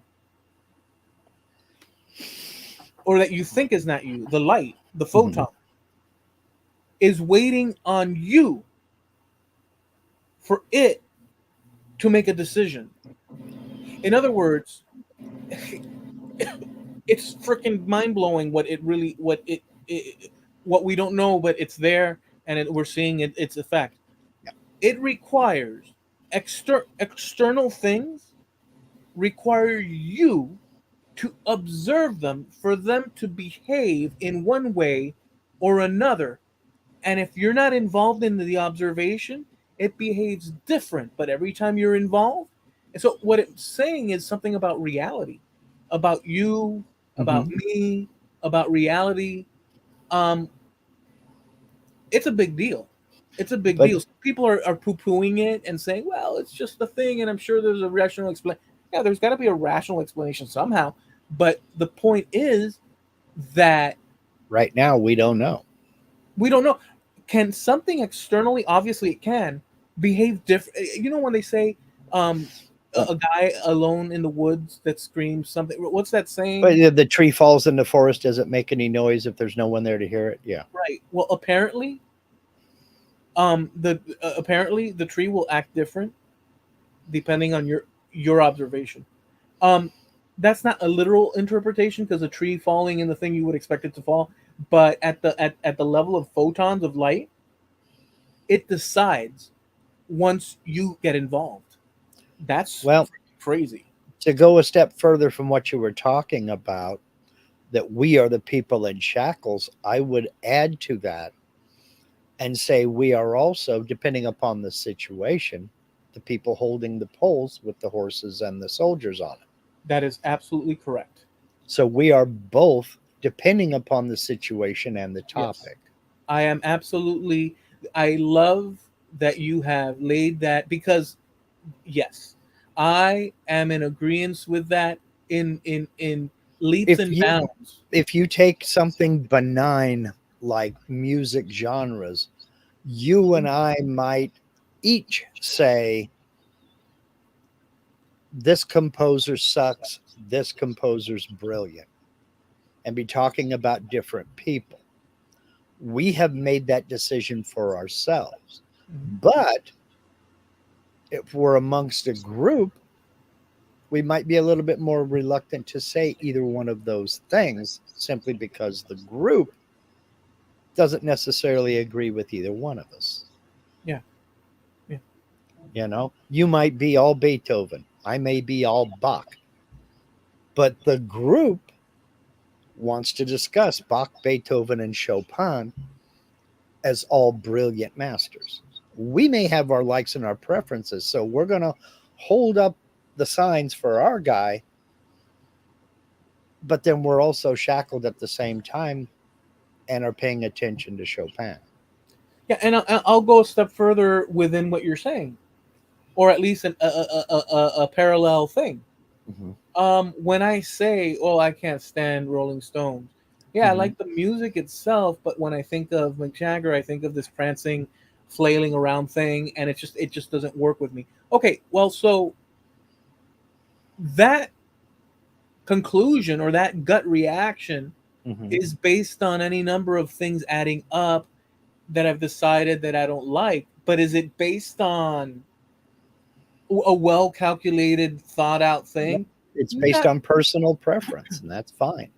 right. It's no, and I know it's fine, but the point is, if I wanted to be fair, Mm-hmm. which then I would lay it out. But some things you just, it's like, do you like oatmeal cookies or do you like, I don't know, white Chocolate. chocolate or whatever chocolate chip? I mean, I like chocolate chip to be honest with you, but oatmeal cookies are pretty darn good too. Yeah, I'm not going to turn them down. So, I mean, but like, I guess you get what I'm saying. Like, so Mhm. some things are kind of like in the iffy spot in our minds. A lot of things are in the Well, iffy spot based on not well thought out conclusions, right. but more like what I think of the Rolling Stone. Yes, it's true. I don't like his flailing around. Mhm. Why don't I like his flailing around? I think if I got into why I don't like it, um, we shouldn't go there. But you Yeah. would assume why, right? Many of the Yeah. reasons. Yeah, yeah, Yeah. Yeah. And well, but then again, that is in and of itself, it's personal preference. You're not out there trying to convince people to hate the Rolling Stones. no, So you're neither shackled nor are you shaking the pole with the horse on it. You're an observer in line. yeah. Well, So you I may have an believe, opinion one way or another, but you're neither shackled in that discussion and you're not shaking the sign. yeah, but I'm still shackled because, I was going to go there too. Sometimes we shackle ourselves. well, no, I'm still shackled Hmm. because what would happen? Because my conclusion of the Rolling Stones Hmm. is based on Eloy in Sweetwater Hmm. watching a handful of videos where this guy's prancing around like Like a reindeer. yeah, like with bells and whistles on. Um, um, and I'm not liking it. I'm Hmm. sorry, and I do know that their songs rock, but if I picture this guy, I'm like, no, I can't picture. I don't feel like that's a tough, yeah, ombre. I'm the same way with Joe Cocker. I love his music. I can't watch him do Okay, all right, but it. it would be different if I were to be plucked and sat Hmm. in a Rolling Stones session where I meet them as human beings, Hmm. as opposed to me observing the music from afar and I'm just what? trying to mentally in my brain. I'm wondering how far into "Gimme Shelter" could you go before you jumped out of your chair, grabbed him by the lapel, and slapped him and said, "Stop it! You look like a chicken. Stop it!" Have you ever seen those rubber chickens that you squeeze the Yes. neck? And they go, "Eh." I'm sorry. I'm sorry, but seeing my bias, it's just I can't help it. It is what it is. But if you, it's so What true. I'm laughing at now is I cannot think of those damn things without remembering this one little video I saw on YouTube where a guy he was just in a toy store and there was a big box of those things on a pallet. You know, sometimes in a store they got a bunch of stuff they got to mark down. They just throw them in a huge ass box and put it out there on a Yeah, pallet. He walked up to this thing and he laid on him that and much. then let go. And there was about 100 of them in that box. They all went off at once, and they started laughing and they ran out the store. I mean, it was hilarious. So if I were to be sat in a session, then the information that I'm receiving from them Mhm. is different because it's a little bit more localized. More personal, yeah. And I'm gonna receive new information. And would I be as bold to say to Mick Jagger, dude? Now, if we were buddies, Hmm. like growing up and stuff, I would say, What are you dude, doing? yeah, dude, I'm sorry, dude. But then again, he'd say, hey, Where's your gold record? exactly, and I'd say, okay, that's true. Um, so, dude, let me change the. You get the point of that, but I do get the point. What I'm getting at is sometimes we're in shackles, sometimes we're the shackler, and sometimes we're shackling yeah, ourselves. yes, exactly. So, Agreed. But now let me jump since we're talking about cringe-worthy things. oh, I don't know if you've run across. Are you? Do you know the famous child actor in the 1980s? Starred in various the outs. I think the Outsiders. He starred in I believe Goonies, um, uh, that vampire movie. what's his name? Corey Feldman. Yeah, I know who he is. Yeah, Okay, that he used to wear the bandana. He was the yeah. vampire killer in the one movie. Okay, he's grown up now. Obviously, he's Hmm. probably older than I am. Um, he was such a badass back then. Well, he's on tour now Hmm. as a rock musician. Have you seen some of the footage? No. Oh, Mark. Oh, Mark. So here's the thing. Oh my goodness, Mark. So he can't play as far as I can. There's no guitar playing there, Hmm. but he's on stage playing guitar, Hmm. faking it, and he's wearing this suit Hmm. made out of purple reflective like glass. Hmm. He's looking like a rockin' frickin' roller to the nines, dude, to the hilt. Hmm. Um, but he can't play a frickin' lick. And he takes the guitar, and you know how people play leads? Well, he's just running his fingers, and it's obvious. Hmm. It's the most cringiest thing. And I think that the tour is something about like the pathetic something tour. So there's a theme with it. Yeah. The main act is like a good band, but everybody else is like a pretend or some Crap. weird thing. Yeah. And so people want to see a spectacle, and they go and see that. Supposedly, that's the whole theme. Mm-hmm. Um, and it's so cringy, dude. But he's got the nads, Mm-hmm. To get up and do it. no shame, zero freaking shame, zero, zero, zero, Well, I think we found how low some people will sink. dude, zero shame, dude. You have to see one of these clips, No, I and you don't. will. I don't. No, I don't. I'll take your word for it. I trust your judgment on this. You It's know, cringy. I don't like cringy. So it's just if it's bad, I'll call it out and I'm done. and he's doing his face Mm-hmm. while he's ripping it, but he's not Uh-huh. ripping anything. He's not ripping anything, dude. He's just going on the same notes, like Yeah. messing with the thing. It's embarrassing as hell. And yet, the guy is on stage in an actual official concert, whatnot. Some people will do anything for money. It's amazing. Some people will do anything for money. You see that stuff all the time on these reality shows. Some Yeah, people will do anything for the chance at money. dude. It's dude. Honestly, so but there is a little shame aspect that, like, for Well, to instance, you and me, yeah, to you and me, yeah, there is. But like like I mean, like I've played guitar in front of many people, and I was bold to get up and stuff. There's a little bit of lack of shame to do that, but I could play. yeah, I'm not saying I could play like Steve Vai. no, but you're not trying to tell people that you can play like Steve Vai either. No, I was just playing like a blues number of this, that, a rock and roll thing of this and that within the context of what we can do. But I wasn't. Well, You had to be bold to do it because you're getting up in front of so many people. you Um, have to have a certain level of confidence to even make the attempt.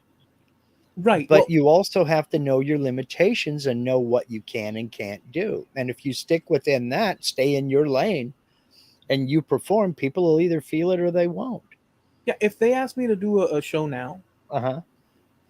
I would likely say no. Mm-hmm. Why? Because um, I feel that there's this thing called the muse, Mm-hmm. the inspiration. Let's call it. There's I know exactly what you're talking about. Yeah, this item that's intangible but real is necessary to put you in the state of mind to perform or to do what you got to do. Um, and I'm just not there, so I would never even though I Mm-hmm. could, but my heart wouldn't be in it, and therefore I would not do it. Yeah, You see what I'm saying? If my I do. heart is Yeah, not I there, get it. Mm-hmm.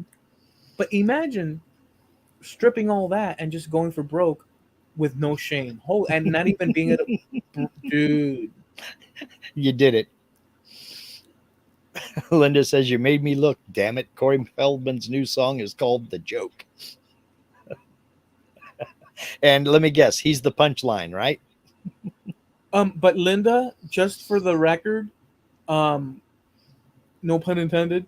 Um, the clip you should look at if you want to. I'm not recommending it, but if you want to see what's cringy, like in its full glory, you should see a clip of him live doing that. I don't know if it's a music video you saw, which was probably as cringy, but oh boy, oh boy. And so he's got the look. He's got the suit. He's got the look, but the content, dude.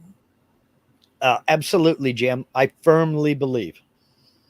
I Yeah. firmly believe Millie Vanilli that no, they just sampled. They just sampled that other group.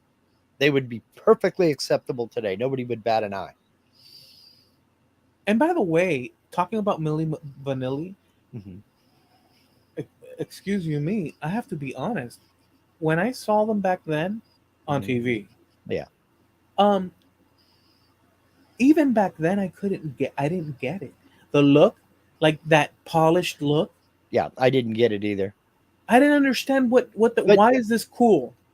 I, but something I will, I get why everybody came down hard on Millie Vanilli because they weren't the people that did that song. They were a couple of models. Yeah. That was all. I Yeah, get it. I understand why people were upset. yeah. One thing I don't get still to this day is why people got so upset with Jessica Simpson for lip syncing on Saturday Night Live. They act like that was the first time somebody lip synced to music on TV. And it just wasn't. That was the norm the whole time from the 50s up to today. People lip sync on television. You are not going to have a three-piece band out there playing with strings and horns in the background. That doesn't happen. It's impossible to have them sit on a live stage and play the studio cut. It doesn't I happen. I'm gonna throw another curveball. So I don't know why they came down so hard on Jessica Simpson for lip syncing to a record when that has been the norm for 50 years, 60 years, 70 years. Yeah, because it's one of those things about rock and roll that in the I guess Milli Vanilli was the thing that created that problem.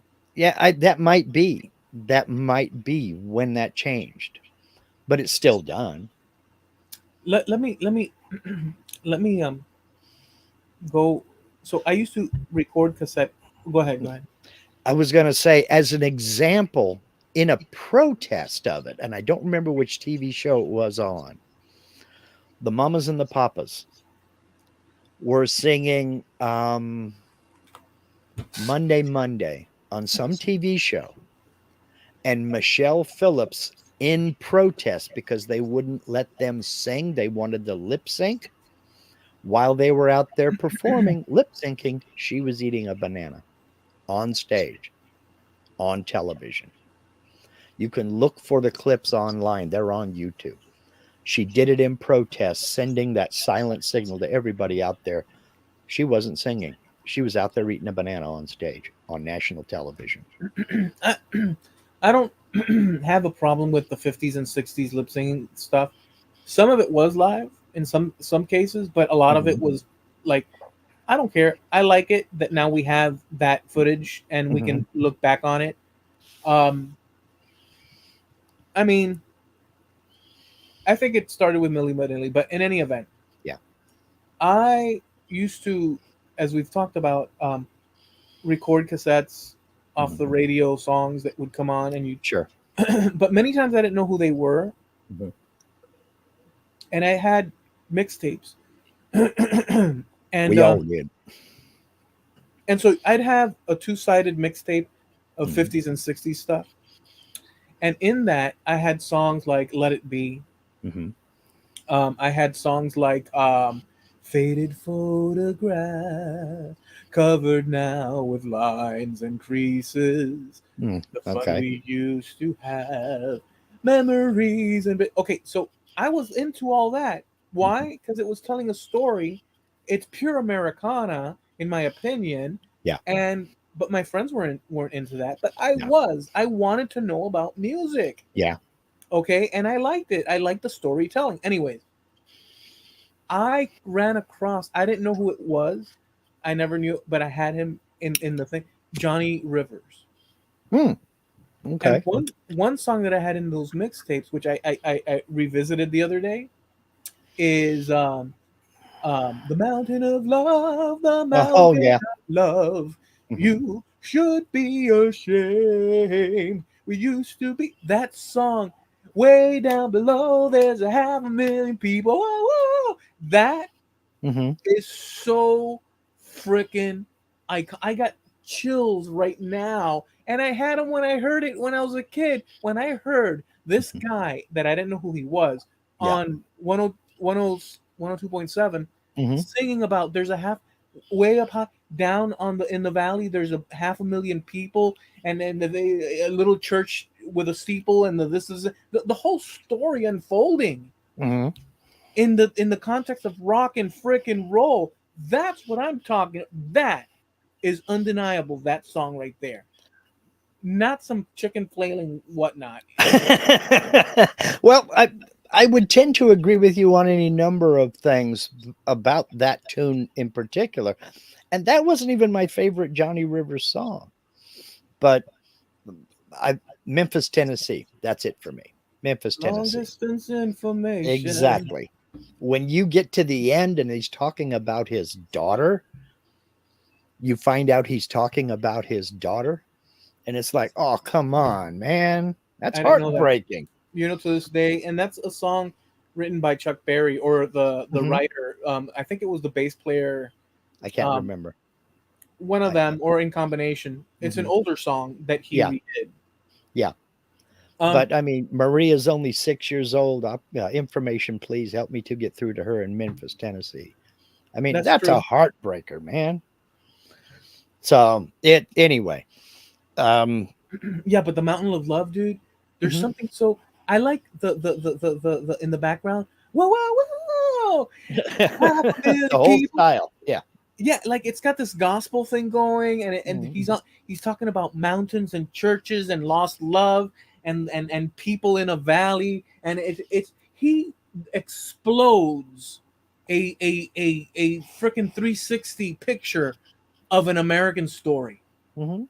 is what he does in Yeah. that song. I don't know if he wrote it. I think he did. Let Maybe I'm me look it wrong, up. but if he Let me did, look it up. Go ahead.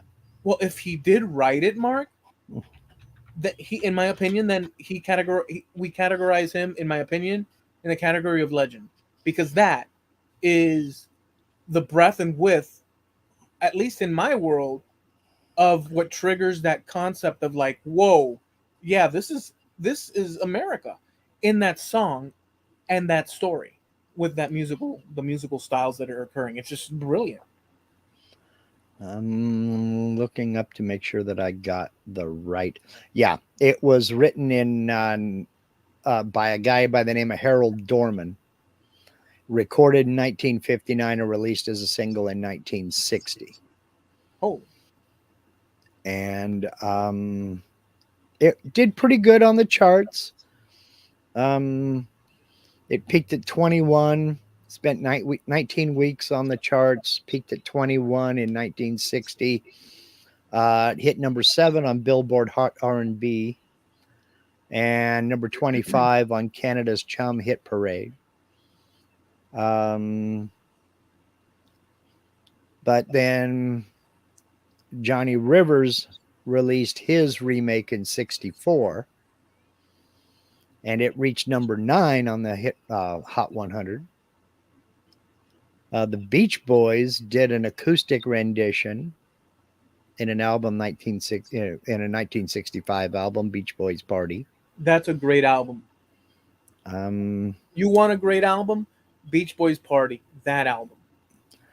it's been redone a couple of times since then. Jerry Lawson in 2007, uh, Bobby G. Rice on the country charts in 71, Molly and the Haymakers on the country charts in Canada in 1992.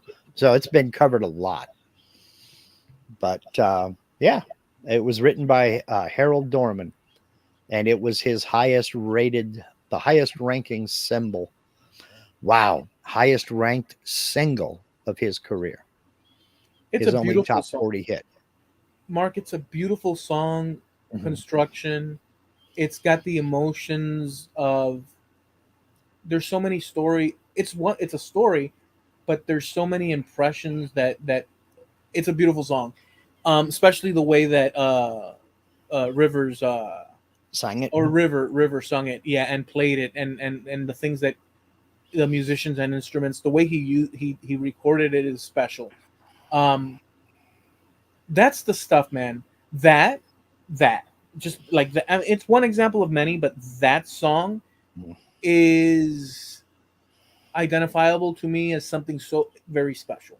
Yeah. And what's funny about that is that I'm talking to you about a song that came out when you said it did in the 50s and then or into the 60s, and then later released. But Mhm. I'm talking to you about a song that I recognize from me growing up in the 80s, looking back of it Mhm. being played on the radio but having an origin 2 decades prior to me. Yeah, it was originally recorded 2 years before I was born, then released a year before I was born. Johnny Rivers did his when I was 4 years or 3 years old. I never heard the original that I know of, but I can remember Johnny Rivers's playing. It was around. It was around. I have heard it. And when immediately when you said Mountain of Love, I heard Johnny Rivers singing it Mhm. because that's the version that I know. I didn't know that it'd been remade after he did it. I didn't either. But So it's strange that some people can take a tune written by somebody else or performed by somebody else and make it better. and make it their own and just make it their own. I mean, you may not like their music, you may not like their style, but I would say the overwhelming majority of the population, whether they know Dolly Parton wrote it or not, would agree that I Will Always Love You is Whitney Houston's song. She took that and she made it hers. She owned it. I bought the single, believe it or Yeah. not. The woman could sing, period. There are some who prefer Dolly Parton's original. A lot of them because of the story behind it, and there's a big backstory to that song. But she took it and just ran with it. And like Jim said, even Dolly liked that version better. It's rare. I even heard her say once in an interview, Jim, now I know what that song's supposed to sound like. It's rare when you have somebody listen to somebody else do your song and say, now I know what it's supposed to sound like. You know what You else? know? What other song I really liked a lot back in the day, listening to it on the radio? Again, 80s, listening to oldies radio. That's just, for some reason, I just enjoyed that. That was the Um, music I grew up with, man. and I enjoy. I enjoyed, and I grew up listening to it on the radio in Yep. the 80s. It just is incredible because you Chubby could. Checker, Danny and the Juniors, Buddy Holly, Fats Domino. I found my thrills. That's a beautiful song. But I wanted to say the one another song was, um, I think it was the Hollies. Don't quote me on that, but I guess you'll tell me right or wrong.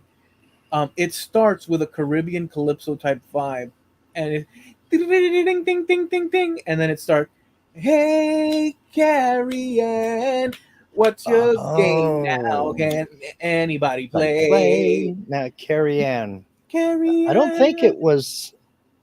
Ah, man. when we were in school, that song is so freaking kick ass. It was the Hollies. You're absolutely right. Holy Okay, cow, that came out in '68. great song, great Wow. song. Yeah, I didn't think it was the Hollies. I thought it was somebody else because it was right around that time they did On a Carousel. I knew that was them. Must have been a different lead vocalist. There was another one. Okay, let me throw this at you. It was Ding Dong Sure. It was written by Alan Clark, Graham Nash, and Tony Hicks. Okay, let me throw this at you. Now, I don't know your perception, obviously, Wow. but Okay. I guess you'll tell me, Mm-hmm. because my perception obviously is coming from what I just told you, and you know that we know that Mm-hmm. it's coming from an '80s listening to the radio and blah blah blah. So a Sure. lot of things blend together across generations from Sure. my vantage point. So a Hollies followed by, I don't know, uh, Fats Domino Mm-hmm. makes perfect sense to me because the Yeah. timeline is blended. Yeah. I know different now, but when I was a kid, Well, it all but rolled. but definitions changed because when I was growing up, well, I can remember in the early Yeah, well, all through the 70s, really. Oldies was 50s, it went up to like 62. The Beatles weren't oldies. The Beach Boys weren't oldies. It was current. That was relatively current, you know. Surf music, Surf and Safari was the Beach Boys' first big hit. That was, I want to say, 62 or 63. I may be wrong. I think it was right around there. That wasn't oldies.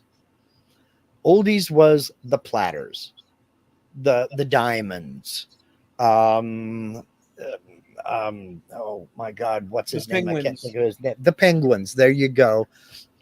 Joey D and the Starlighters, Bill Haley and the Comets. That was oldies. And then that line started moving, and pretty soon the Beach Boys surf music was oldies. The Ink Spots. No, that wasn't even oldies. That No? was that was when you started talking about big band and earlier, you were into easy listening. Even if it was something real fast and jazzy, Chattanooga Choo Choo, It was, yeah. or something like that, it was still considered easy listening. It wasn't all Ray Conniff and Lawrence Welk. Jim's got a commentario. Mm-hmm. Let's All see what right. that's all about. Well, there we go. My oldest sister was born. Wait, how would Jim say this? I can't. Well, I'm gonna say it how I say. I was try to like reading a audiobook. My oldest sister was born in the late '40s. Had probably the first Beatles album in North America that she bought in England. Okay. President of the Pat Boone fan club, Mhm. and listened to great music. That's amazing. Now, I was never big on Pat Boone. Mom kind of liked him. Dad didn't really. I mean, she listened to one or two songs of his. Mom was more of the Bobby Vinton, Nat King Cole, Hey, hey, hey, hey! Talking to you guys. oh, Johnny Mathis, that kind. Hey, hey, hey, hey, hey! Talking to you guys, and I'm, Mhm. I'm throwing Jim in. Mhm. It's almost like the people born after the fall of Rome asking the old timers that were still around, "Hey, Yeah, how was Rome back in the day?" because yeah, really. because you guys are giving you guys have first person knowledge of events and stuff. Well, I'm but see, joking.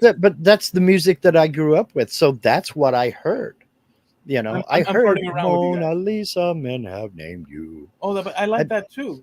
it, it was it was there constantly in the So background so playing. how was it So like? No, how was it? so when but in 1970, I want to say 1973, when the movie American Graffiti came out, I fell in love with that music, and I fell in love with that movie. Where were you when Caesar got stabbed? I'm asking for a friend, everybody, right I now. was the same place you were. So, but because I grew up with that music, I had a love for it. It was always in the background. But I was always that weirdo in my friend group. Everybody else is getting into KC and the Sunshine Band and all that crap. I'm listening to the Beatles. You better I'm be careful with blasting that. I'm blasting Sergeant Pepper or Abbey Road. I That still think that the side 2 of Abbey Road is one of the best engineered and best produced albums of all time. I still think and that to this in day. the end, Yeah. the love you make Well, we is got to get no. Well, equal to no, the love you take is equal to the love you make. You yeah, make. yeah, absolutely. Hmm. Her Majesty's a pretty nice girl, but she hasn't got a lot to say. And I have no idea what it meant, but I loved it. And I, I I, knew they were singing it to me. That I was for was me. I was gonna say that be careful with that answer you gave me when I said where were you guys where when Julius was, because you said we I was in the same place as you. That almost came from the ether somewhere in the mist, because what you meant and what you said and what it means and what it could mean is pretty profound in What itself. I meant by it was neither one of us were even a glimmer in anybody's eye Well, I know at one yet. level, at That one well, that's level, the level I meant it at. So, well, that you as just author of the statement, So going back to what I wanted to, going back to another '60s thing that I wanted to say, Mhm, um, another band, and again because I don't, my timeline can't come together to mhm. like bring it circle back to what I was. Oh, I hate saying the circle back thing. Was it's the circle back was the one? I hate two comments now. I hate circle back because of somebody, a press secretary, and the other one that I hate, top of mind. Mhm. I hate those two. Anyways, hate them. I hate those sayings. Hate is a strong word, but just Well, in terms of speak your truth. my truth is that I dislike those two terms. Um, so sorry. Um, that was a good. I like that. Okay, so you tell me. This was important for me when I heard it. Mhm. Where do you place this? It starts off with uh oh crap. Since I've talked so much crap now, my brain is hold on. Um, To what you got. Do do do do. Here we go. I really think you're groovy. Let's go out to a movie. Oh wow. Darling, I love you, Eleanor, really. Your friends, your thought, your something intoxicates me, even Mhm. though your friends hate me. I it's familiar, but I couldn't tell you. Eleanor G, I think you're swell. I really Herman's Hermits. no, Peter that's not Noon. no, but okay, well, no, it was the Turtles. That was the Turtles. Yes, well, here's the question for you. Okay. Obviously, it doesn't have any impact on you the same way it did to me. For some reason, that song Mm-hmm. struck me. There was something about it, the way they constructed the song, the choices that they made in the song, um, that just blew my freaking mind for some reason. I don't know that my friends would have felt the same way. I don't know. Maybe yes, maybe no. But chances are no. But for me, it was like, wow, what the hell? How did they invent this? See, Um, I that blew right past me. I didn't know they did that song, and that was released the same year as Happy Together. okay. So happy together. Anyways, that band, Wow. Yeah.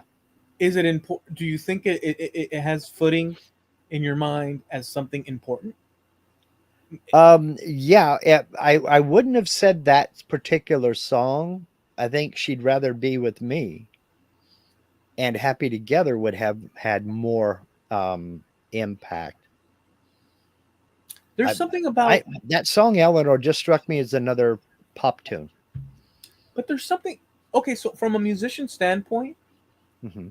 there's something about the construction of that song. Well, number one, Eleanor Hmm. isn't off the beaten path. I mean, it's not unknown. There's plenty of. I have Eleanors in my tree, Well, in Spanish, which is Eleanor Eleanor. Rigby. Well, you're right. Actually, you're right. They might have lifted that from that, but it's an off of it. But the and it's almost like a not your standard rock song, Hmm. but there's something about the construction of it that interests me. The way they put chords together, the instrumentation, and then the choices of the chorus and whatnot, and this and that. There was something special about it, and it impacted me. I just wanted to know if it had some. Some things are just what they are to some people or whatever. There were so many bands, so many. Today we would call them one hit wonders that came and went real fast. The Turtles, they were around for a couple of years and then they were gone. In in that respect, they were kind of sort of like the Association or Flo and Eddie or the Grassroots or even we were In just my midnight confession. yeah. That's the association, right? No, that's Grassroots. Is it? Yeah. Gonna tell the world that I love They also you. had Temptation Eyes and a couple of other tunes. but there were so many that came and went. It's really hard to say who was an influence and who wasn't. My honest opinion, I think the biggest influences will always remain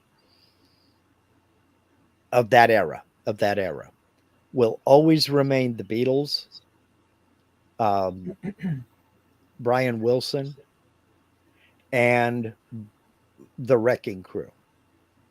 They're That backing that team of musicians known as the Wrecking Crew, and Phil Spector. that's part of it. That is part of it. Oh yeah, you're right because they did use the same musicians. Yeah. Yeah. Um, in fact, there's an absolutely fantastic documentary here on YouTube, The Wrecking Crew. If you have YouTube Premium, it's free. If you don't have YouTube Premium, you'll have an occasional ad pop up through it. But it's well worth the watch. It was made by, God, I sure as hell don't remember the man's name. I got to look it up now. One of the lead guitarists for the Wrecking Crew. Um, his son made this documentary, and he had he had access to all of these musicians, to include his dad, Tommy Tedesco. It was his son that played guitar. But the number of musicians who came through the Wrecking Crew, Glenn Campbell was a guitarist with them. Leon Russell played keyboards. Carol Kay played guitar and bass. Hal Blaine on drums. They were a bunch of session musicians who got paid per session, but they were the cream of the crop. I think when you put the Wrecking Crew together with Brian Wilson, you had the absolute best of all worlds. And like Pet Sounds, the overwhelming majority of Pet Sounds was recorded Brian and the Wrecking Crew. And when they had to do a live performance, the rest of the Beach Boys would play. I was such a Pet Sounds. Oh, I didn't get into Pet. I got into Pet Sounds. I had the regular album, but later in the 2000s, at some point, Mm-hmm. or in the late 90s, somewhere in that era, they came out with a box set that I bought Mm-hmm. at Best Buy. Yeah. That in it had all the outtakes, so it just has the vocal lines with no music, like everything. Yeah.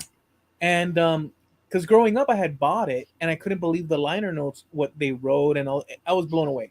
Mm-hmm. Um, but later, I bought this compilation thing, and dude, I don't even know where they're at now, but I had all the outtakes of every song where it's just like the chime, Yeah. cling, and that's it, or just the vocal parts or this or that. It was so Yeah. great.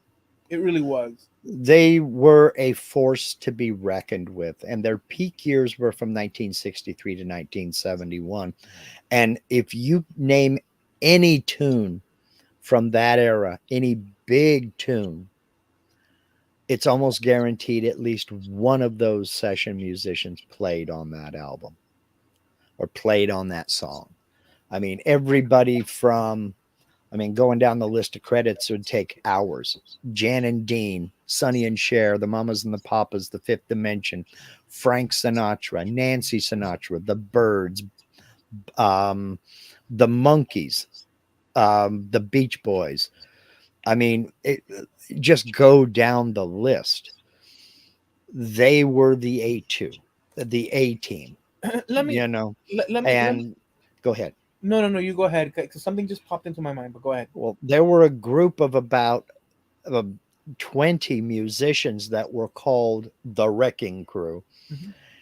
but there was this core that were called the First Call Gang, in that these were the people you called first when you wanted to produce a record.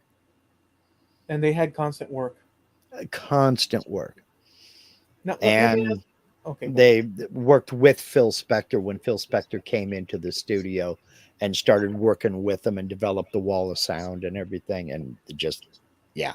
In theory, he's the originator Mhm. of what Brian wanted to copy, but Brian Yes. took it and did something to it different. Like, but before I lose the what I wanted to say, is the '60s. Sorry, are the '60s, or is the '60s are the '60s? Anyway, either way works. Not really, or is it true? Depends. You have to finish the sentence and I'll tell you which is true. Okay, I'll say it like this: Is the six are the '60s? Oh, damn it! Are the '60s? I feel comfortable saying are the '60s. Damn it! Is the '60s the decade Mhm. that, as it was happening, was one thing, but in retrospect, was packaged individually by the different bands writing the things. What I'm getting at is, after the fact, isn't it just a huge story of individual things that have been packaged in such a power?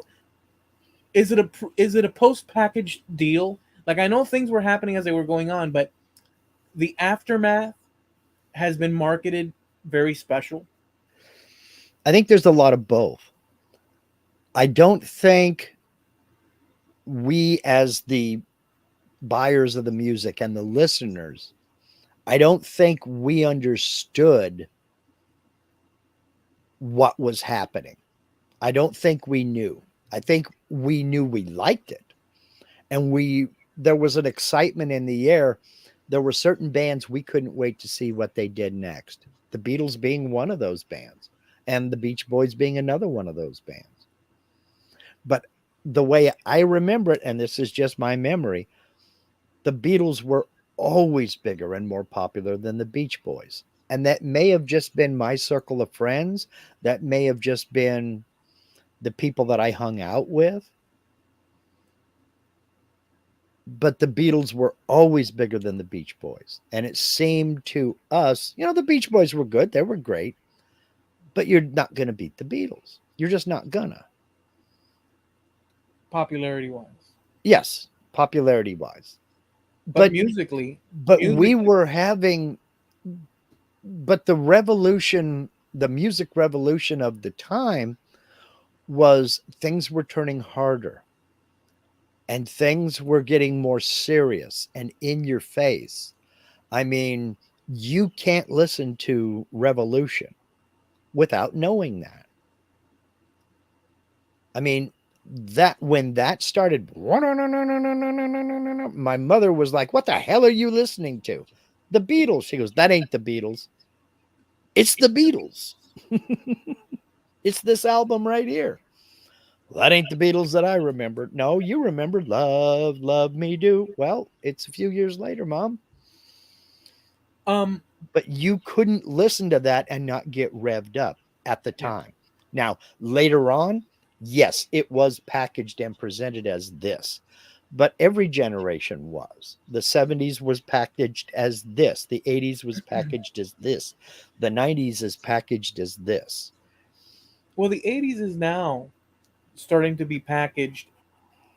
I mean, we're using the term loosely, slightly, but I feel that when it comes to that post Mhm. organization of a legend, a Yeah. category legend of music in the '60s, and so I feel that the '60s has been packaged in such, and maybe it's because the stories that came from it. I mean, you could do the same in the stuff. It seems like the '60s are a very, very, very important and consequential decade for music. It just feels like Well, there's it something was seriously the important. as someone who's lived through all of it and listening to the music at the time and as it came out, we went from, you know, um, softer, more mellow. Maybe it was up and cheerful, like Surfing Safari or something like that. But it wasn't hard. It didn't have a hard edge to it. We went from people inventing the electric guitar to people exploring the electric guitar and pushing it to its limits. And Creedence Clearwater came along. Then all of a sudden, here's Led Zeppelin. It was like, holy hell, what is this? Every day was something new, something more, something with more of a bite, something with more of an attitude, something that was rebellious, you know, and freedom was preached in the 60s, and music was an expression of that freedom. You'll find that word a lot in 60s music. You'll Yeah, it was find that concept a lot in 60s music. I look at 60s as the decade of invention. I look at the 70s as the decade of refinement and exploration.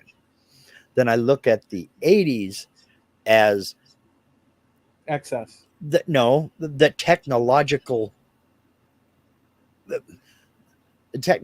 revolution, because all of the inventions, all of the things that happened in the 60s and 70s, when it came time for the 80s to come along, they took all that, all those lessons learned, and they turned it up a notch, but they refined it at the same time. Things were cleaner.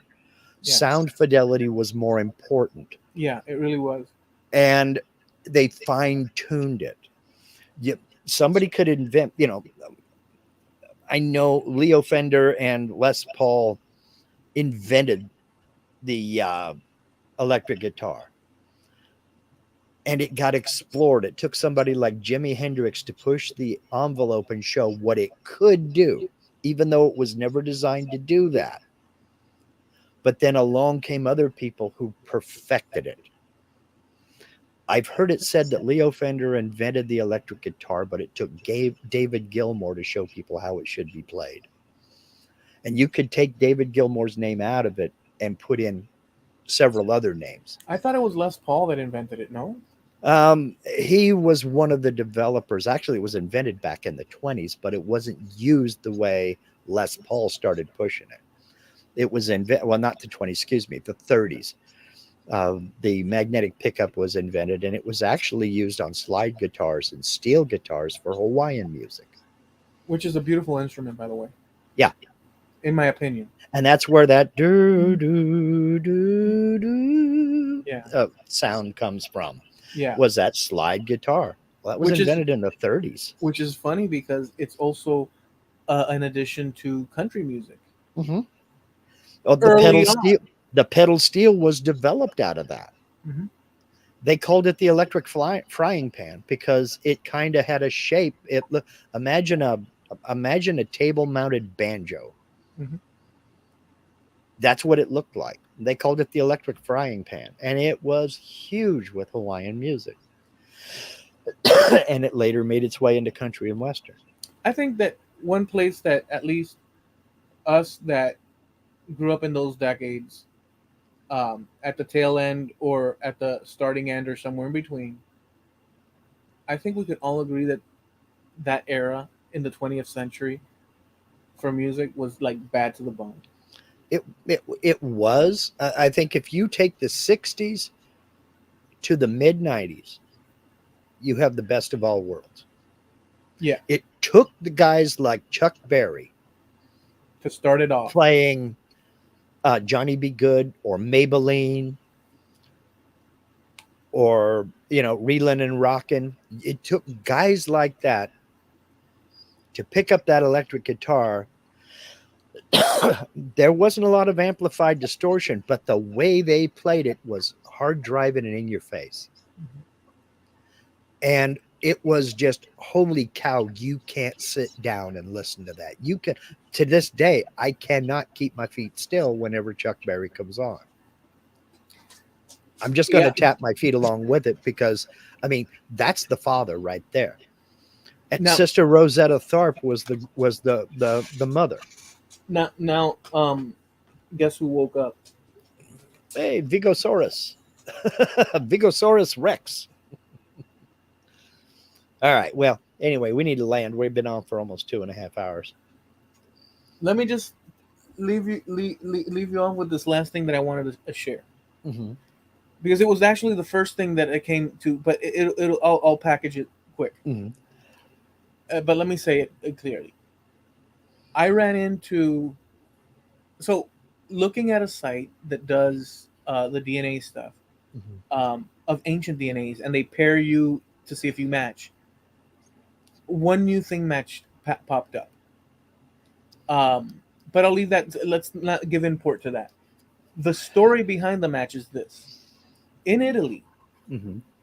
back during Roman times,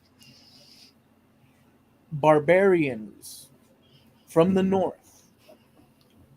Barbarians is a in some Well, cases a cut down term to use when you're talking about people from the north, which had names such as Vikings or yeah. Well, to a Roman, a barbarian was a non-Roman. yeah, anybody north Mm-hmm. was. Let me open the door for him. I'm sorry. Nope. Okay. Oh, you pulled the trigger too soon, Steve.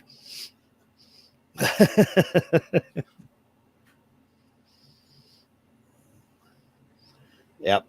Uh-oh. Well, what can we say?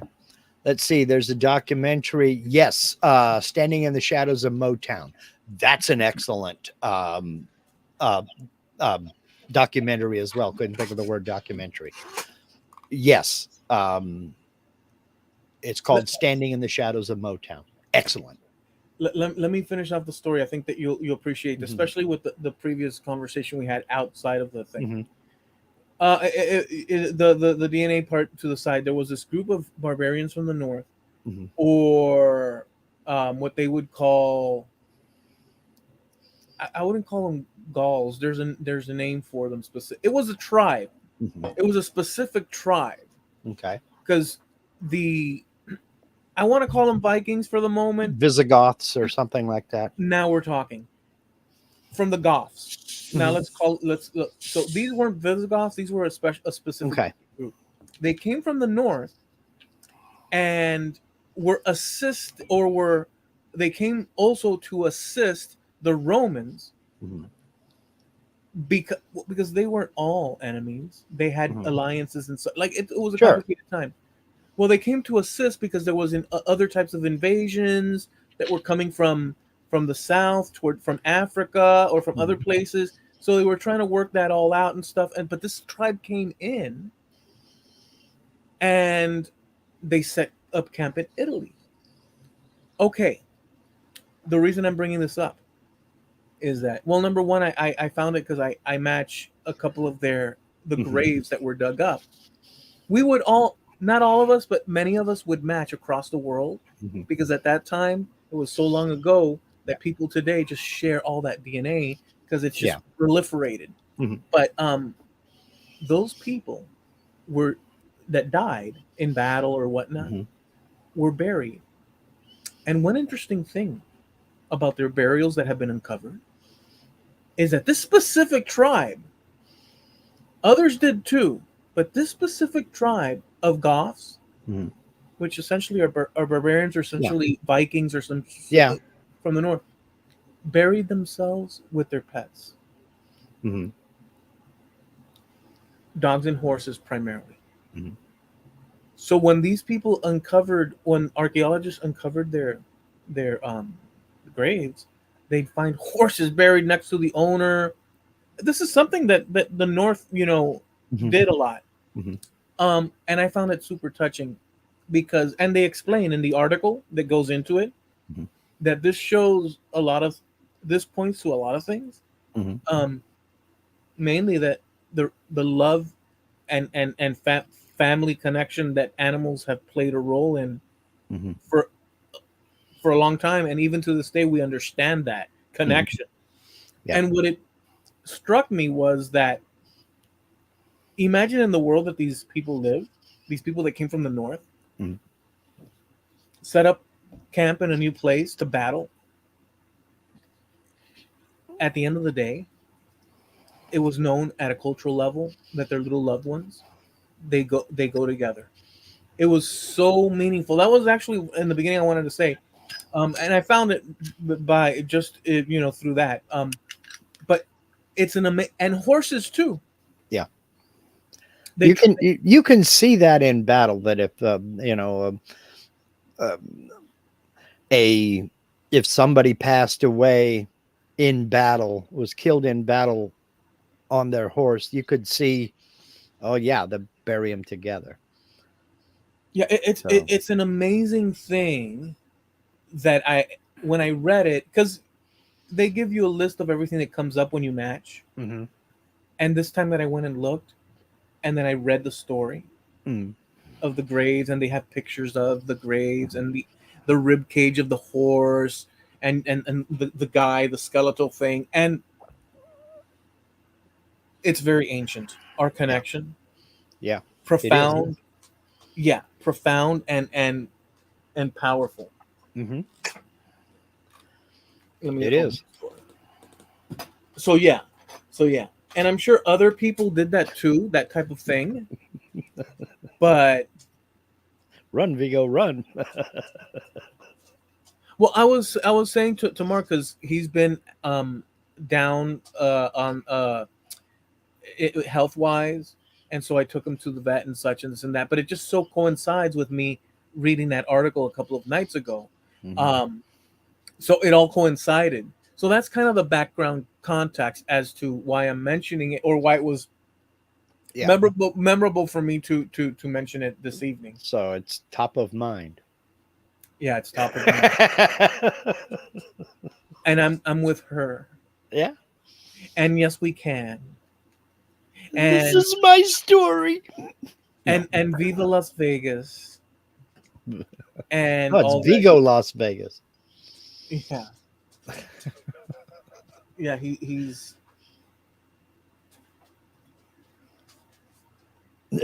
That's okay. He'll be back to chasing palmetto bugs by morning. he's on medicine. All right. So, Yep. anyways, to wrap it up, we go live every Tuesday, 9:30 Eastern, 6:30 Pacific Coast time, and we have a site over on Facebook, as well as a website, and it's trampledunderfootpodcast.com, and we're also sponsored by. Harneal Media, your number one solution for a website. I'm not going to preach on it for too long because you know what I'm going to say. I'm just going to say get over there. There's a link to Harneal Media on everything you're going to find on this Facebook page, or this YouTube channel. And there's a link to Harneal Media on our Facebook page too. But anyway, do yourself a favor, get over there. Click that contact us link and give a shout to Steve. And because when you deal with Harneal Media, you're dealing with Steve and nobody else, not some nameless, faceless person in a call center you're never going to talk to again. Do yourself a favor, get over there, shoot Steve a message, and run some ideas past him. He will take care of you. You owe it to yourself to give it a shot. Harneal Media, HARNEAL Media.com, sponsor of TrampledUnderfootPodcast.com. All right. So enjoy yourselves, folks, but be safe doing it, and we'll catch you here next week. See ya. Please.